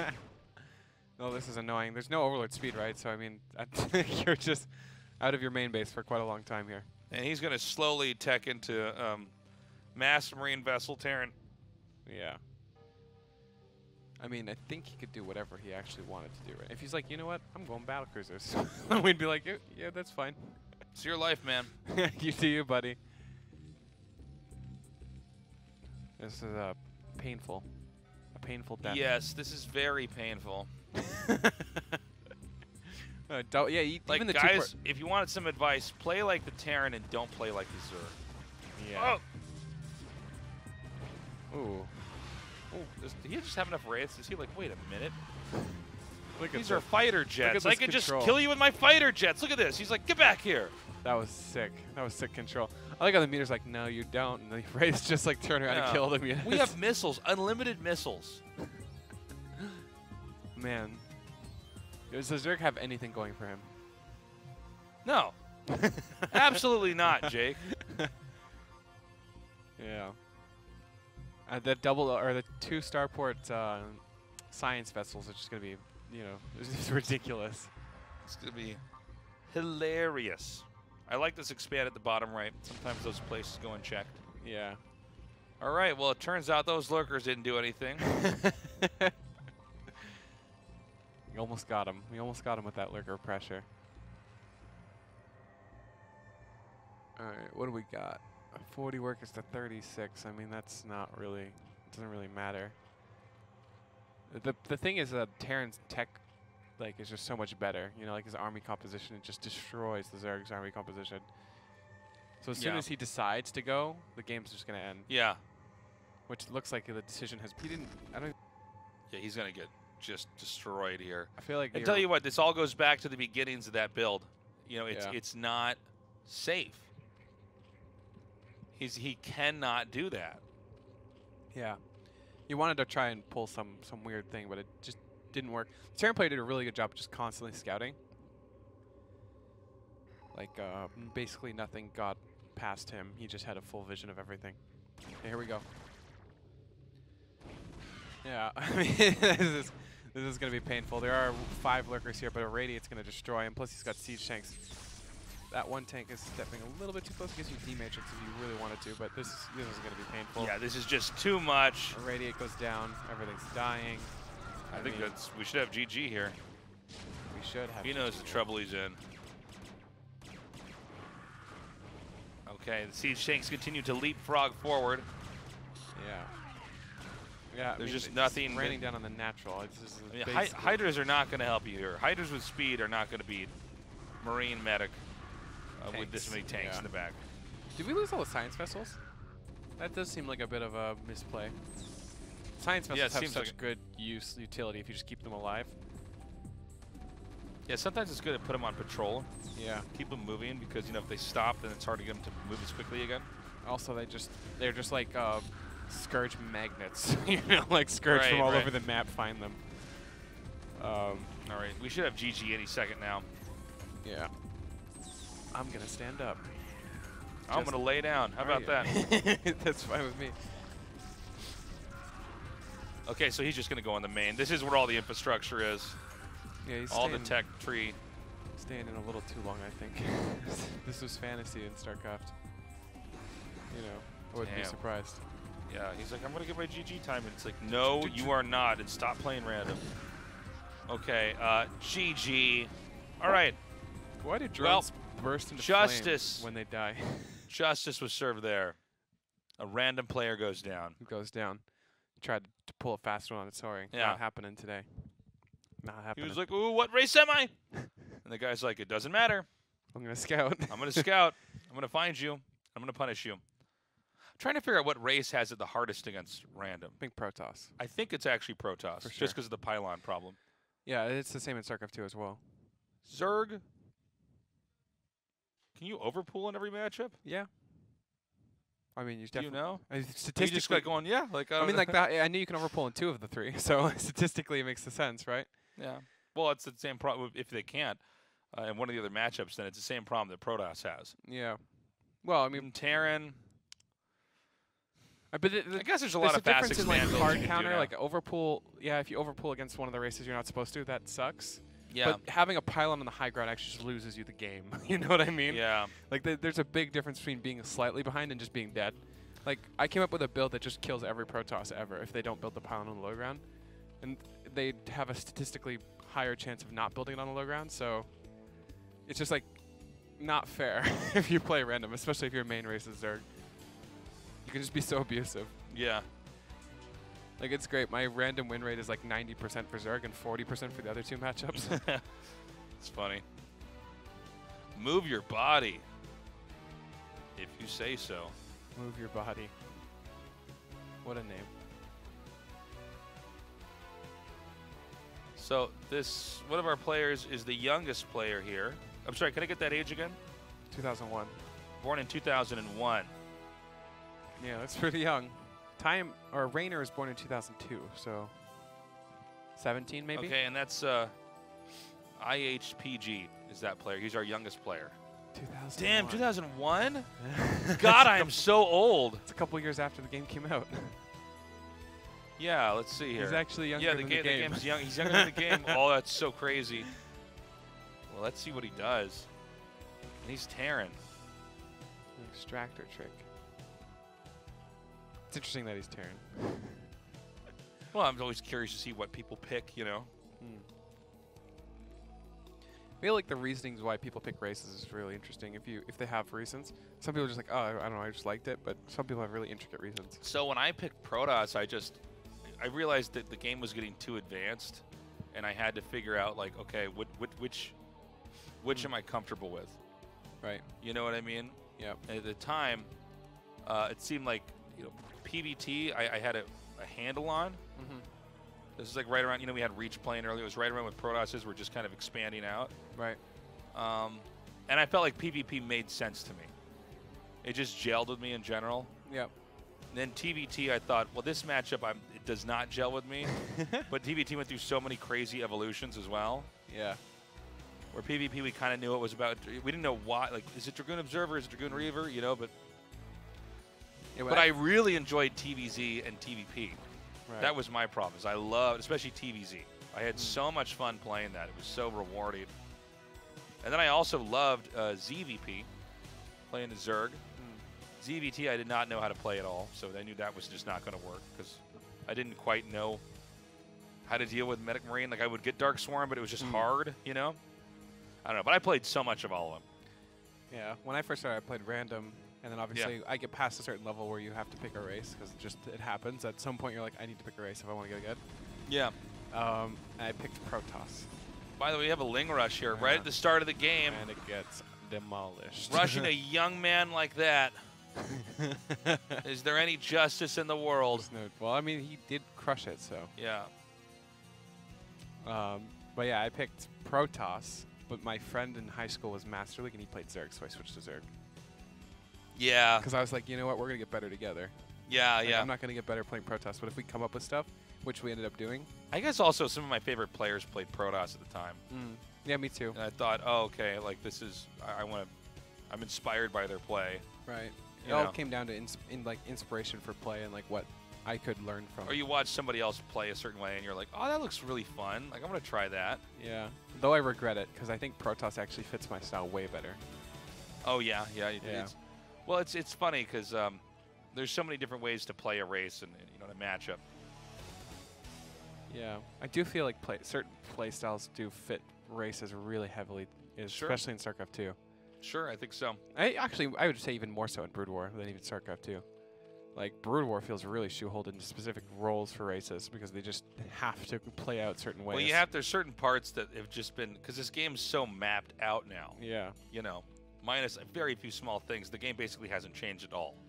Right. So, it's really incredibly important that, like, you, for instance, know how to handle bio, controlling bio against Zerg. Like, if you can't do that, it's like, well, you can't play this race. Yeah. You know what I mean? Right, or dealing with mutas. Like, you have to be able to move Dragoons. Yeah. Which is not fun. When other people play, they're like, this is terrible. And it's like, well, you'll get good at it eventually. You know, you probably won't have any problems, but some of the first experiences are like mutas, the most annoying thing ever. Like, especially if you're playing Terran. And Dragoons are the worst units ever for AI. Right. Like, they just don't listen. I loved you know, for Terran, it's like just trying to get the handle of building stuff and having the SCV on the outside, and it might just it's RNG. There's not like a lot you can do for it, you know. You can like try to cancel it, making the building, and then like pull it back. This is a lot of Lings being made. He's gonna try to Ling bust the entrance. Not gonna work. Look at this. This is a ton of Marines. And there's a bunker. There's a bunker. There's so many Marines. I don't know. I feel like the Marines can just back up into the There's a medic. And there's even a medic. Yeah. I mean, if he busts, there's no justice if these Lings just kill all these Marines. We'll see if that's the case. He's positioned his Marines really well. Like, he can retreat very comfortably. Is this just okay? Oh, there's 2 two fire bats. Okay, now there's actually no justice in the world if this dies. Got some catch-up, boys. Moving out. Oh, this could be bad though. Oh my God, you're a move command! Oh, this is like the fire bat dream. Yeah, fire bats are pretty happy with this. The Marines are getting Why would you fight destroyed this here? though. One fire bat goes down. What am I even seeing? Okay, yeah, that was still pretty good trade. What did I just see there? Did he just fight fire bats on a bridge? Yeah, he did. What? He's gonna fight the fire bats again. Kind of exposed, but if he can get into the bunker, oh, the medivac or the medic. He's like, wait a minute, I'm a fire bat. Yeah. I am a fire bat. Right. Literally, me, the unit, am a fire bat, and I do not need to worry about this. I do not retreat. I am made to fight Zerglings. Actually, fire bats are not that great against Zerglings, but if you stim them and you get the right angle, No, they're pretty good. Though the Marine count has been dwindled quite a bit, it's a little scary when the Spire finishing up. Like, you need a decent Marine count to actually fight mutas. Yeah. If you end up getting the fights. Fights are pretty rare. They're usually like this weird micro battle between the two. Yeah. Where neither person wants to really fully engage, but they're just kind of picking each other apart. Yeah, I mean, it's kind of scary for the Terran because like you have to get all the turrets up immediately. But I think he should be okay. He should be able to do that and get that done. Yeah, he's looking good. It's pretty cool for him being younger than the game. Yeah. It's interesting. 2001, huh? So he's 17. I think he's 17 or 18, something like that. I'm not doing this math here. Anyways, yeah, he's old. He's old for a young. It's interesting that all the people from 2001 are like adults now. Yeah, it's crazy. Okay, so there's just enough turrets that Zerg thinks twice before entering. Yeah. I mean, if he dove that, he'd be really sad. And so he's going to switch into Hydralisks. Lurkers, too. Yes, I'm sorry, that's what I meant to say, Lurkers. Yeah, Lurkers are pretty strong. So, the Muta Lurkers, like, the Lurkers are really nice for defending your bases and pushing the game later. But I don't think there's much room for, like, being aggressive with it. You know, like, Muta Lurker attacks or aggression is not really a thing. Doesn't feel like there's room for it. It's mostly a defensive posture. I guess there's been a little bit of it. I mean, the problem is, like, Lings combined with Lurkers and Mutas is suddenly strong. Yeah. Right? Because Lings are already just good. And Lings can kind of get in there and surround stuff and get in the way. And it allows the Lurkers to actually just run into the Marines and then burrow. Yeah. I mean, it looks like we might see some kind of push here. But I mean, if Lurkers are finished, there's no way this push does anything to the other side of the map. At least it shouldn't, in theory. Because it's letting Lurker Muta again, but it's in the defensive position is much stronger. Well, he doesn't have Lurkers yet. This could be scary, actually, if he doesn't have any Lurkers in position. So 2 starports in a science facility. We're powering up into the late game, but if this push does a lot of damage on the third base, the Zerg could just be crippled for the rest of the game. I think this is actually a fairly good map for the Zerg in this matchup because he usually can actually hold this. What am I seeing? He's got his army split up. Oh. He was thinking about returning around, but then he didn't. Oh, I don't know about that. I think the Zerg can actually just come up here and deal with this now. There's not enough medics and Marines here. Oh, this gets crushed. It does trade for quite a few mutas, actually. He did not have his army moving together well enough. Yeah, I think if it was moved together, he would actually kill all those mutas. I think so, yeah. I mean, the problem here is he's not good at controlling his army. Yeah. And having them kind of synced up and all mobilized in the same formation. Right. He kind of, that looked like he just clicked attack the base over there. Yeah. And the AI is like splitting it all up. Forking armies off into different various directions. Whichever way's fastest. I mean. Yeah. Yeah, double science facility. I mean, or double. It's all just going into the late game. I'm really surprised at this aggressive lurker thing. I mean, I don't know what's this gonna do. Doesn't really. I think he just wants to keep him back, keep him at bay here. Yeah. Sometimes you can do things like leave lurkers or like an overlord out there in a spot, and they'll see it and be like, "Oh, I gotta go attack that," and then they go into the lurker spines as well. Yeah, I mean, but once the vessels are out, like it's gonna be really obnoxious. No, yeah, it's. And I think they're out now. Should be out. It should be. I saw that Irradiate was almost done upgrading. Yeah, that's. So he scans here. He's gonna back up. And he could run into this Ling lurker. He can actually fight this if he wants to with the bunker support. Yeah. Lurker's pushing him back, but I mean, this is not a fight you're gonna win eventually with the Zerg player. But his third base is up and mining. I mean, the game is gonna. Is he really just gonna go for it? I'm surprised how aggressive he is being right now. He needs to be careful with those Mutalisks and the Lurkers because an Irradiate is very easy to just chuck out. If he pushes his back and kills all the Lurkers, I mean, the counterattack could be really scary too. Right. Okay, here it comes. Lurkers are joining the fight, but they're starting to just... Well, I mean, they survive. The Irradiates still haven't gone off yet. So once an Irradiate does go off, I mean, this is going to be punished quite a bit, I think. It's also possible the Zerg just runs over, but looking at the supplies and everything, it just doesn't feel like that's going to be the case. Zerg will never attack it if there's bunkers. They're just trying to buy time. Is this going to work? I don't feel like his army's hotkeyed up right. Oh, I feel like I wouldn't want to see what Terran looks like first person right here. Yeah, okay, so these are dead. Does you win this fight? I think you do. No, Terran just pushes through. Terrans are going to crush. I think if the muta count wasn't reset, and then all the rest of the lasers die. Well, you just need more lurkers. Yeah. And I don't know about this guy's macro. Like, he just How many seems drones was that? Yeah, that was like 5 drones. He's also got like 32 drones, and like, this happens on some of these other games where like, Terran is up to 60 SCVs on 2 bases. Now, Zerg can operate on pretty low amounts of workers, but like, 30 is quite low. Like, there's no reason for it anyways. Like, he's had all the time in the world to actually build drones. Yeah, I mean, he's had plenty of opportunities here. Now, these could be hold position lurkers. I don't know if the vessels are with this army, but hold position lurkers are a real problem. Yeah, the vessels are with the army. Yeah. These are not fooling anybody. That is a lot of lurkers that you can't just engage it. The Irradiates are going to deal with them, though. Right. Yeah, this is, I mean, if you unburrow these two, like, they're just going to get stimmed on. There's also no 4th base here for Zerg, which at this phase of the game, we should be having a 4th coming up here somewhere. We might have a base trade or a potential. I don't think it's going to work. It's definitely not, but he's trying to make it work. Okay, he needs to get Dark Swarm. I don't know if he has Consume, though, yet. Yeah, it doesn't look like he's got it yet. I don't see this ever working. Okay, he's got Consume now. I mean, Dark Swarm is going to be, this is going to be annoying, but it's not going to end the game, right? Okay, he's going to come down here. Well, actually, man, if you get a Dark Swarm over their natural, a lot of times that's what ends a game. Yeah, there's army supplies. Because Dark Swarm is like an immutable power.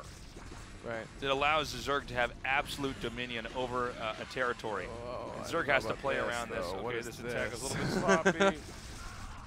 Oh my god, there's so many workers moving so up much and down stuff going on, yeah. Yeah. Yes, there's so much Workers stuff are going killed. I think a worker just killed a lurker. Look, I know that SCV killed 2 lurkers. I swear. on. What am I seeing here? Yeah, this I is think Terran dies. No way. 90 something supply to 50. And also there's a big fight on the other side. It is We're not sloppy going to get though. a shot of this. It's a sloppy defense. Slap. Okay. Yeah, this is it. This has got to be it. Oh, nice dark swarm. Guess what? What's oh, up, no. son? He's not paying attention. He's dealing with something on the other side of the map. He's going to lose every single Marine. Okay, he gets out. Dark Swarm is a good ability. Oh, another dark swarm. He's still got to deal with this is a down this, and dirty game. By the way, he knocked the SV count down to 44. which is still higher than his original by I know. 14. He's still 14 workers up after knocking his subcommunity down 16 SCVs. Oh my god. That was some pretty big hits. Lurkers look so sick when they actually kill things. Oh, they're crazy good. Yeah. Wish the StarCraft 2 lurkers looked like that. Yeah, that's pretty epic. StarCraft 1 lurkers here. So he's basically dead. I mean, when you get Dark Swarms repeatedly over at your natural, you can't mine anymore. And then they get into your production, you can't. There's nothing he can do. He's just going to, like, lose units here. Yeah, but I still feel like he's got a good chance. There's just so many science vessels. He still has more workers. He just needs to stabilize and get his base up. Yeah, that's going to get cleaned up. I mean, once he's on... Oh, if he right-clicks, that's bad. Okay. Look at how many science vessels there are. Yeah, he's actually going to hold this. And I think if he holds this, he wins. You think so? Yeah. Because there's too many SCVs. It's 42 to 29. 40, like, it's still so high. Well, he might lose a whole bunch more here again. Well, so there's nothing here to The stop main the is vessels. mined out. Oh, wait. Is it all the lurkers that are dead? Pretty sure, yeah. He's still building vessels. Yeah. Oh, the only thing that is if there's no support for the vessels, that's quite scary. I mean, vessels can die quite quickly to Scourge or whatever if there's no, like, Marines. But there's a pretty big army here, a sizable Marine medic. Okay, here it comes. Yeah, see. I think he's got it, actually. You know, the number of vessels is the one thing that will allow him to come back. Yeah, that If is you a just push ton out of with so vessels. many vessels, yeah, you know what? He might actually do it. It's the scrappiest game we've casted today. It is really scrappy. But I think That when is you so have like many 8 vessels, vessels. the number of irradiates and D-matrixes, like you could just Yeah. irradiate everything. The only thing is, like, one plague on those vessels would be, like, disgusting. That'd be crazy. You might get it, too. Okay, gets irradiated. So he's going to do the eraser here. And this is so funny because he can actually just kill the You Hydra erase with the this. army. Yeah, he's just, yeah, no, you can totally do this. Yeah, he's doing it, too. Look at... Yeah. So funny. Yeah, I mean, that's got to be one of the big killing blows here. This is just too much. Look at that. Every Scourge goes down. What a great game. Oh! Oh! Okay. That could Okay. have been Irradiate, really defensive bad. irradiate. That could have been really bad. But still, like, the Zerg is definitely on the back foot now. He is losing vessels, slowly but surely. This Terran's macro is actually really good considering everything that happened. He's been on top of it. Although fighting in this swarm is not a good choice.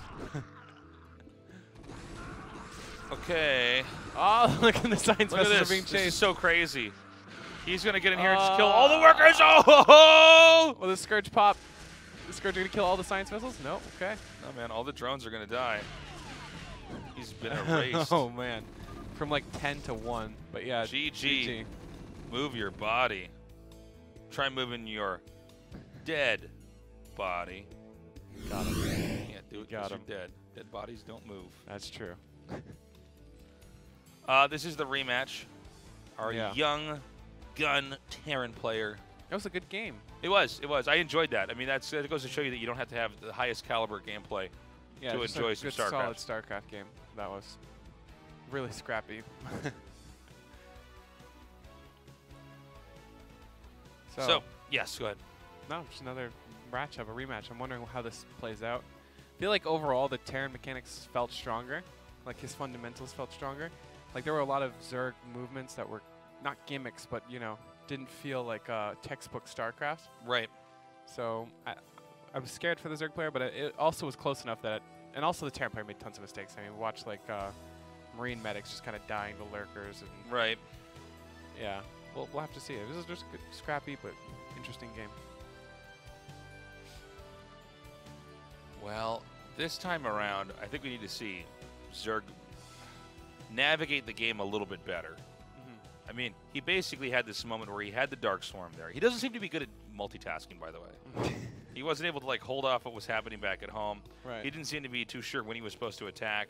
I'll tell you what, the Terran, he had a tough time moving out. I mean, he basically attack moved across a map. You have to be very specific with where your army's going in StarCraft 1, because if you send them in a certain route, they can end up splitting off from each other, Right. and then they're at high risk of being killed. Yeah, that happened. I mean, we watched like, was it like 2 medics and What? 5 Oh, or 6 sorry. Marines? We had What 2 is- drones what is coming out that? here. I was just like, no, that's not a thing. Okay, one hatchery. Yes. Now, is this? I'm assuming it's just a scout, but Mm-hmm. what if he Well, takes he also that base? confirms there's no barracks in the middle of the map. Just takes the middle. Yeah. And then doesn't rush, and I'm like, I don't know, Jake. I don't know why they're doing anything. I don't know. Okay, so we're going to have Pool come down here now. And again, this is Zerg hatching pretty quickly here. Terran has not taken gas. So it looks like we're going to have a Terran expanding pretty quickly here. Yeah. He's going to try to body block, body block. Come at me. Oh, he got through. It's big scouts, big scouts.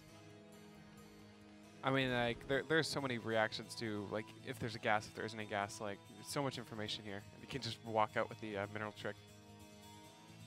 So nice. Because if you don't get in there, you see the SCV in the wall and there's no nat, like, you got to question. You got to keep your, scouting and stuff. But it's so much nicer to just have that freedom to know exactly what it is. Right, exactly. So what do you think we're going to see? Well, I think Terran's just going to try to expand pretty quickly. Zerg is going 3 hatch, no 2 hatch play. The Zerg seems to like 3 hatch play a lot. Yeah. Now, the island component on this map can make things pretty interesting. Mutas can be very strong on this map. It is not easy for Terran to take a third, from what I understand, on this map. Right.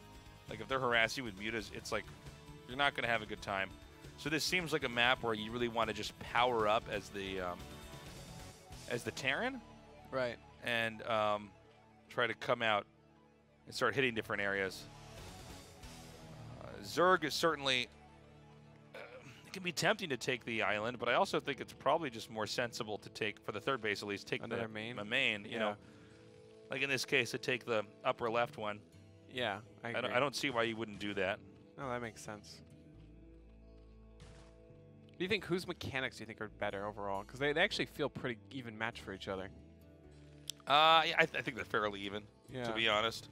I think basically the one thing that our young buck player, this kid who's 17 years old, the Terran player, who what he did effectively was basically keep his vessels alive. Right. Vessels are devastating units.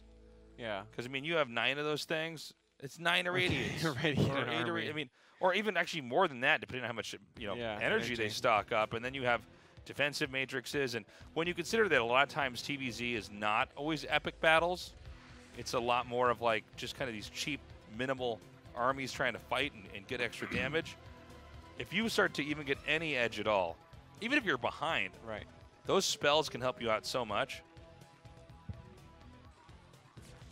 Yeah, I mean, Irradiate just keeps its potential out throughout the game. If you keep that Science Vessel alive and like keep maintaining its HP and everything, like you just keep coming in with Irradiates over and over and over again. It's basically infinite damage. Looks like we probably, I mean, this is a pretty standard game. There's nothing really to talk about.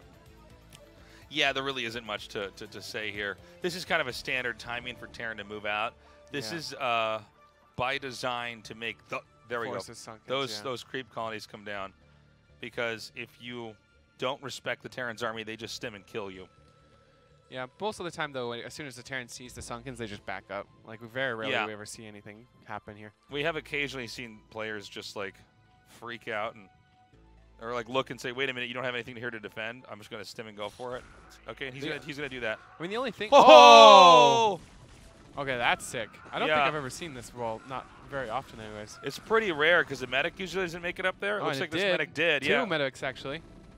Oh, this You is can be cool. really annoying here. You can just go behind the mineral line and do other stuff. The medics are Yeah. still alive. Drones are pretty terrible against Marine medic. Especially the medics. If the medics weren't here, this army just Yeah, dies. yeah, yeah. He but- got 2 medics up here, and that actually is See, probably there's 3 game. in here.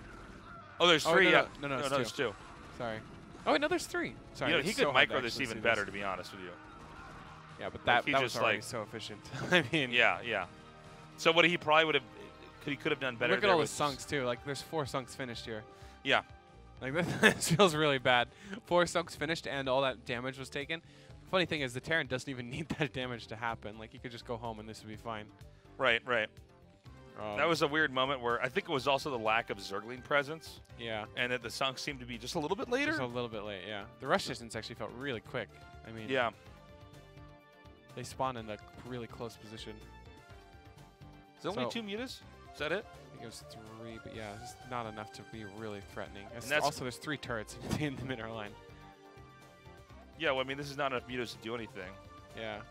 I think he built 3 turrets knowing that the only way he can really die is if like a huge Ling muta dive on the turret would be really bad. Yeah, and that does happen. Sometimes they'll draw your Marines in there, and then they'll send their Lings into the natural, Yeah. kill your turret, and then fly in Fly with in, mutas. yeah. A mutiling comp is just insane, but with 3 turrets, you can't really dive that. Hydrogen, yeah. There's no third either. I just feel like he's in a really bad spot now. It's 20 workers to 35. And so he's diving in a little bit. Yeah, there's way too much here to actually make anything happen. Well, that rush up the ramp was huge. Yeah, that was just smart. I'm really impressed by the decisiveness. Like, that was Yeah. extremely decisive. I think a lot of the part of being a really strong StarCraft player is just being extremely decisive and being right about your decision. Right. Like, obviously, if you're extremely decisive, you lose your entire army. It's like, well, congratulations. You know, you lost your whole army. But a lot of people are just decisively right. Yeah, I mean, Like, that was will a it take pretty good fights? read he had on there, because I didn't realize he was going to get both the medics up there. But I do think that Terran could have actually won the game right there if he controlled a little bit better. Yeah. It seems like this guy is still pretty young. He's not quite as good at manipulating the units to do what he wants. Look, has a lot of potential, though. That's impressive, right? Right. I'm very curious to see. This is another nice thing about the qualifier cast. I mean, these are just people we never see, we never hear of. Oh, yeah. Because the skill cap in StarCraft 1 is so high, especially in Korean, like Korean skill. There's just so many good Koreans. Like, you don't get seen unless you're like a, qualified Yeah, player. that's the thing, is there's so many people playing out here. Mm. Or globally, you're allowed to participate in this too, right? So it's like people from all over the world are just trying their best to, qualify or get something done here. Yeah, looks like we might have a bust, possibly. I mean, he's going to try. I don't know if it's possible, though. Those turret numbers are getting pretty low, though. The muta count is actually high enough. It's a real threat here. Yeah. I mean, it's still kind of like the Terran's +1 just finished. I mean, he's got a ton of Marine medic here. It doesn't feel like it'll work, but at the same time, this is the only window he has. Like, Lurker's just finishing. I mean, This might get the Terran. Look, if the Terran gets pulled in the main, oh, I think it's actually he's possible losing they just medics. run in there. Losing medics and stuff. He's way out of position right now. Yeah. I mean, if he goes, now would be the time. I wonder how many Lurkers he's going with. Also, I think the Terran has no idea this is coming. At least not yet. Because I don't imagine you leave your entire army up in your main if you know this is No, coming. well, that's actually what they want. So he's going to come down here. I think he was a little bit too obvious with those lurkers. Mm. Yeah, well, this is going to tip him off. Hold position is your friend here, Yeah, the funny thing is he's bringing his entire army down. Pull some boys and go, maybe, before the lurker numbers get too high. I don't think he's going to pull the boys. SCVs don't really help you if lurkers are there. That's true.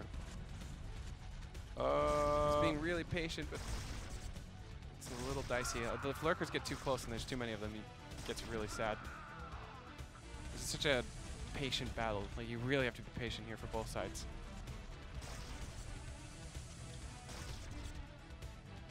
This is kind of crazy. I'm a little bit worried here, though, for Terran. We need to have something that can hit those lurkers. Yeah, is he working on siege tanks or science vessels? I didn't or see him. I didn't see any tanks back there. We're occasionally not getting shots in full the main vision? here. Yeah. Okay, it's Oh, he went double drop ship. Okay, now this is Well, that's pretty bad. cool. Well, unless he drops in the main and there's nothing there to help I mean, defend. yeah, if he gets off the drop, Because 3 bunkers, the lurkers aren't going to break that either. I mean, he could just beeline it north. that's what he's going to do, actually. Oh, this is so cool. This Yeah. is so cool. Probably too many medics in there, but it's cool anyways. There's like 9 medics in one I of them. know. right, so this makes a lot of sense. It does feel a little bit scary because it feels like the Zerg is putting a lot of the eggs in the attack basket right now. But Oh my god. oh my god, yeah. That's really unfortunate. What is up, my amigo? Look, he's on unload right here, and it's like, Yeah. are they both unloading? Yeah, they are. Good luck with this. How do you even deal with that? Well, you I mean, don't. now He's you gonna try to go, dive yeah. inside the main here. Oh my god, there's so many lurkers. Yeah. I think he was always planning on doing this, by the way. But 3 bunkers are good. yeah, 3 bunkers are good. I think he's got it here. Well, he's got the bunkers almost gone. There's 4 lurkers here. Hold on. Yeah, I mean, the SCVs are going to have to do something here, but they can't really do anything with lurkers. There's still a big portion of the army up here, too. This army could always rejoin with science vessels or something. Yeah, that is true. The thing is, this is so many lurkers that. Yeah. Okay, irradiate's going to be big. Now remember, when you irradiate a lurker, it will die. Yeah. There's not, you know. I think Some, with there's irradiate, literally and, no way to save the lurker. It just will die off. Where are the mutas? Oh, I don't think he has any. That's the most Okay, important thing. Yeah. he's going to die then. Like, given But enough he's on time. top of production. I mean, there's nothing here. It's like. Yeah, there's 2 or enough 3 army, I think. What army? Oh, you mean In the back main. at home? Also the irradiate, like the science vessels are here still. Like with science vessel support, I mean, he's going to irradiate down these lurkers eventually. Actually, yeah. I guess if he lifts his buildings off, And there's also no mutas. It's not he like can actually put him. Yeah, he can put the infantry behind the. He can put the infantry behind the worker line here, and then he over time can just irradiate stuff. Yeah, exactly. So as long as Yeah. he just gets his irradiates, if there were mutas out, then that would be scary, because you can pick off the science vessels. But without mutas, there's nothing that can really stop you from just constantly irradiating lurkers.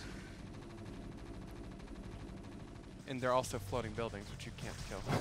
Right. Starport's not being lifted off yet. I think there's what? There's like 4 or 5 vessels now? Yeah, I believe. Is there an SCV? There's 12 SCVs actually. Yeah, look at how many vessels Yeah, there so are. he can just over time irradiate this. Yeah. Yeah, I mean, look, those 2 more dead lurkers. There's only 2 lurkers left here, or 3 lurkers. Once the 3 lurkers are dead, too, the bio is actually so strong. It's basically just Zerglings then. Yeah, GG. GG, that was a cool ending. Wow. Yeah, that was really decisive on the mutas and stuff. I enjoyed that. Yeah. And that goes to show you that you don't have to have like the very best players in the entire world to have a good game. Yeah. It was a I mean, good that was move, a too. game. I mean, both That- games are really good. That was sick. He actually got the 2 dropships out before he got the vessels out. Yeah, that was very decisive. I mean, it's scary, you know? Yeah, Like and if the mutas intercept those drops, what do you have? Or, you know, whatever. Well, if the Overlord sees it and you have links fortunately for him, there was nothing in that scout path. there. The Overlord was there. It just missed it. Yeah, but you it know? wasn't there where it could see it. It was Yeah. just sort of in that area. So he came in there. He did all that damage. And with the main gone, even though the Zerg looked like it would be able to overrun the Terran, technically, Terran can lift off all of their buildings. They can irradiate all the lurkers. There's still a ground army here of infantry. Over time, you would be able to destroy all of the ground army for Yeah. Zerg, and then land, mine, make an army, kill those sunken colonies. Exactly. Yeah. He just played a good game. Yeah. And there Pretty also, cool. like, a worse Terran could have just died there, you know? Yeah. Like, you could have actually just tapped out, really. But he was, like, really into, like, exactly what was going on, you know? Yeah. Like, what he could possibly do to win the game. It just made a lot of sense if you step away from it. We're going to go to a 15-minute break. When we come back, we will continue on here with the online qualifiers of the KSL. Don't go away.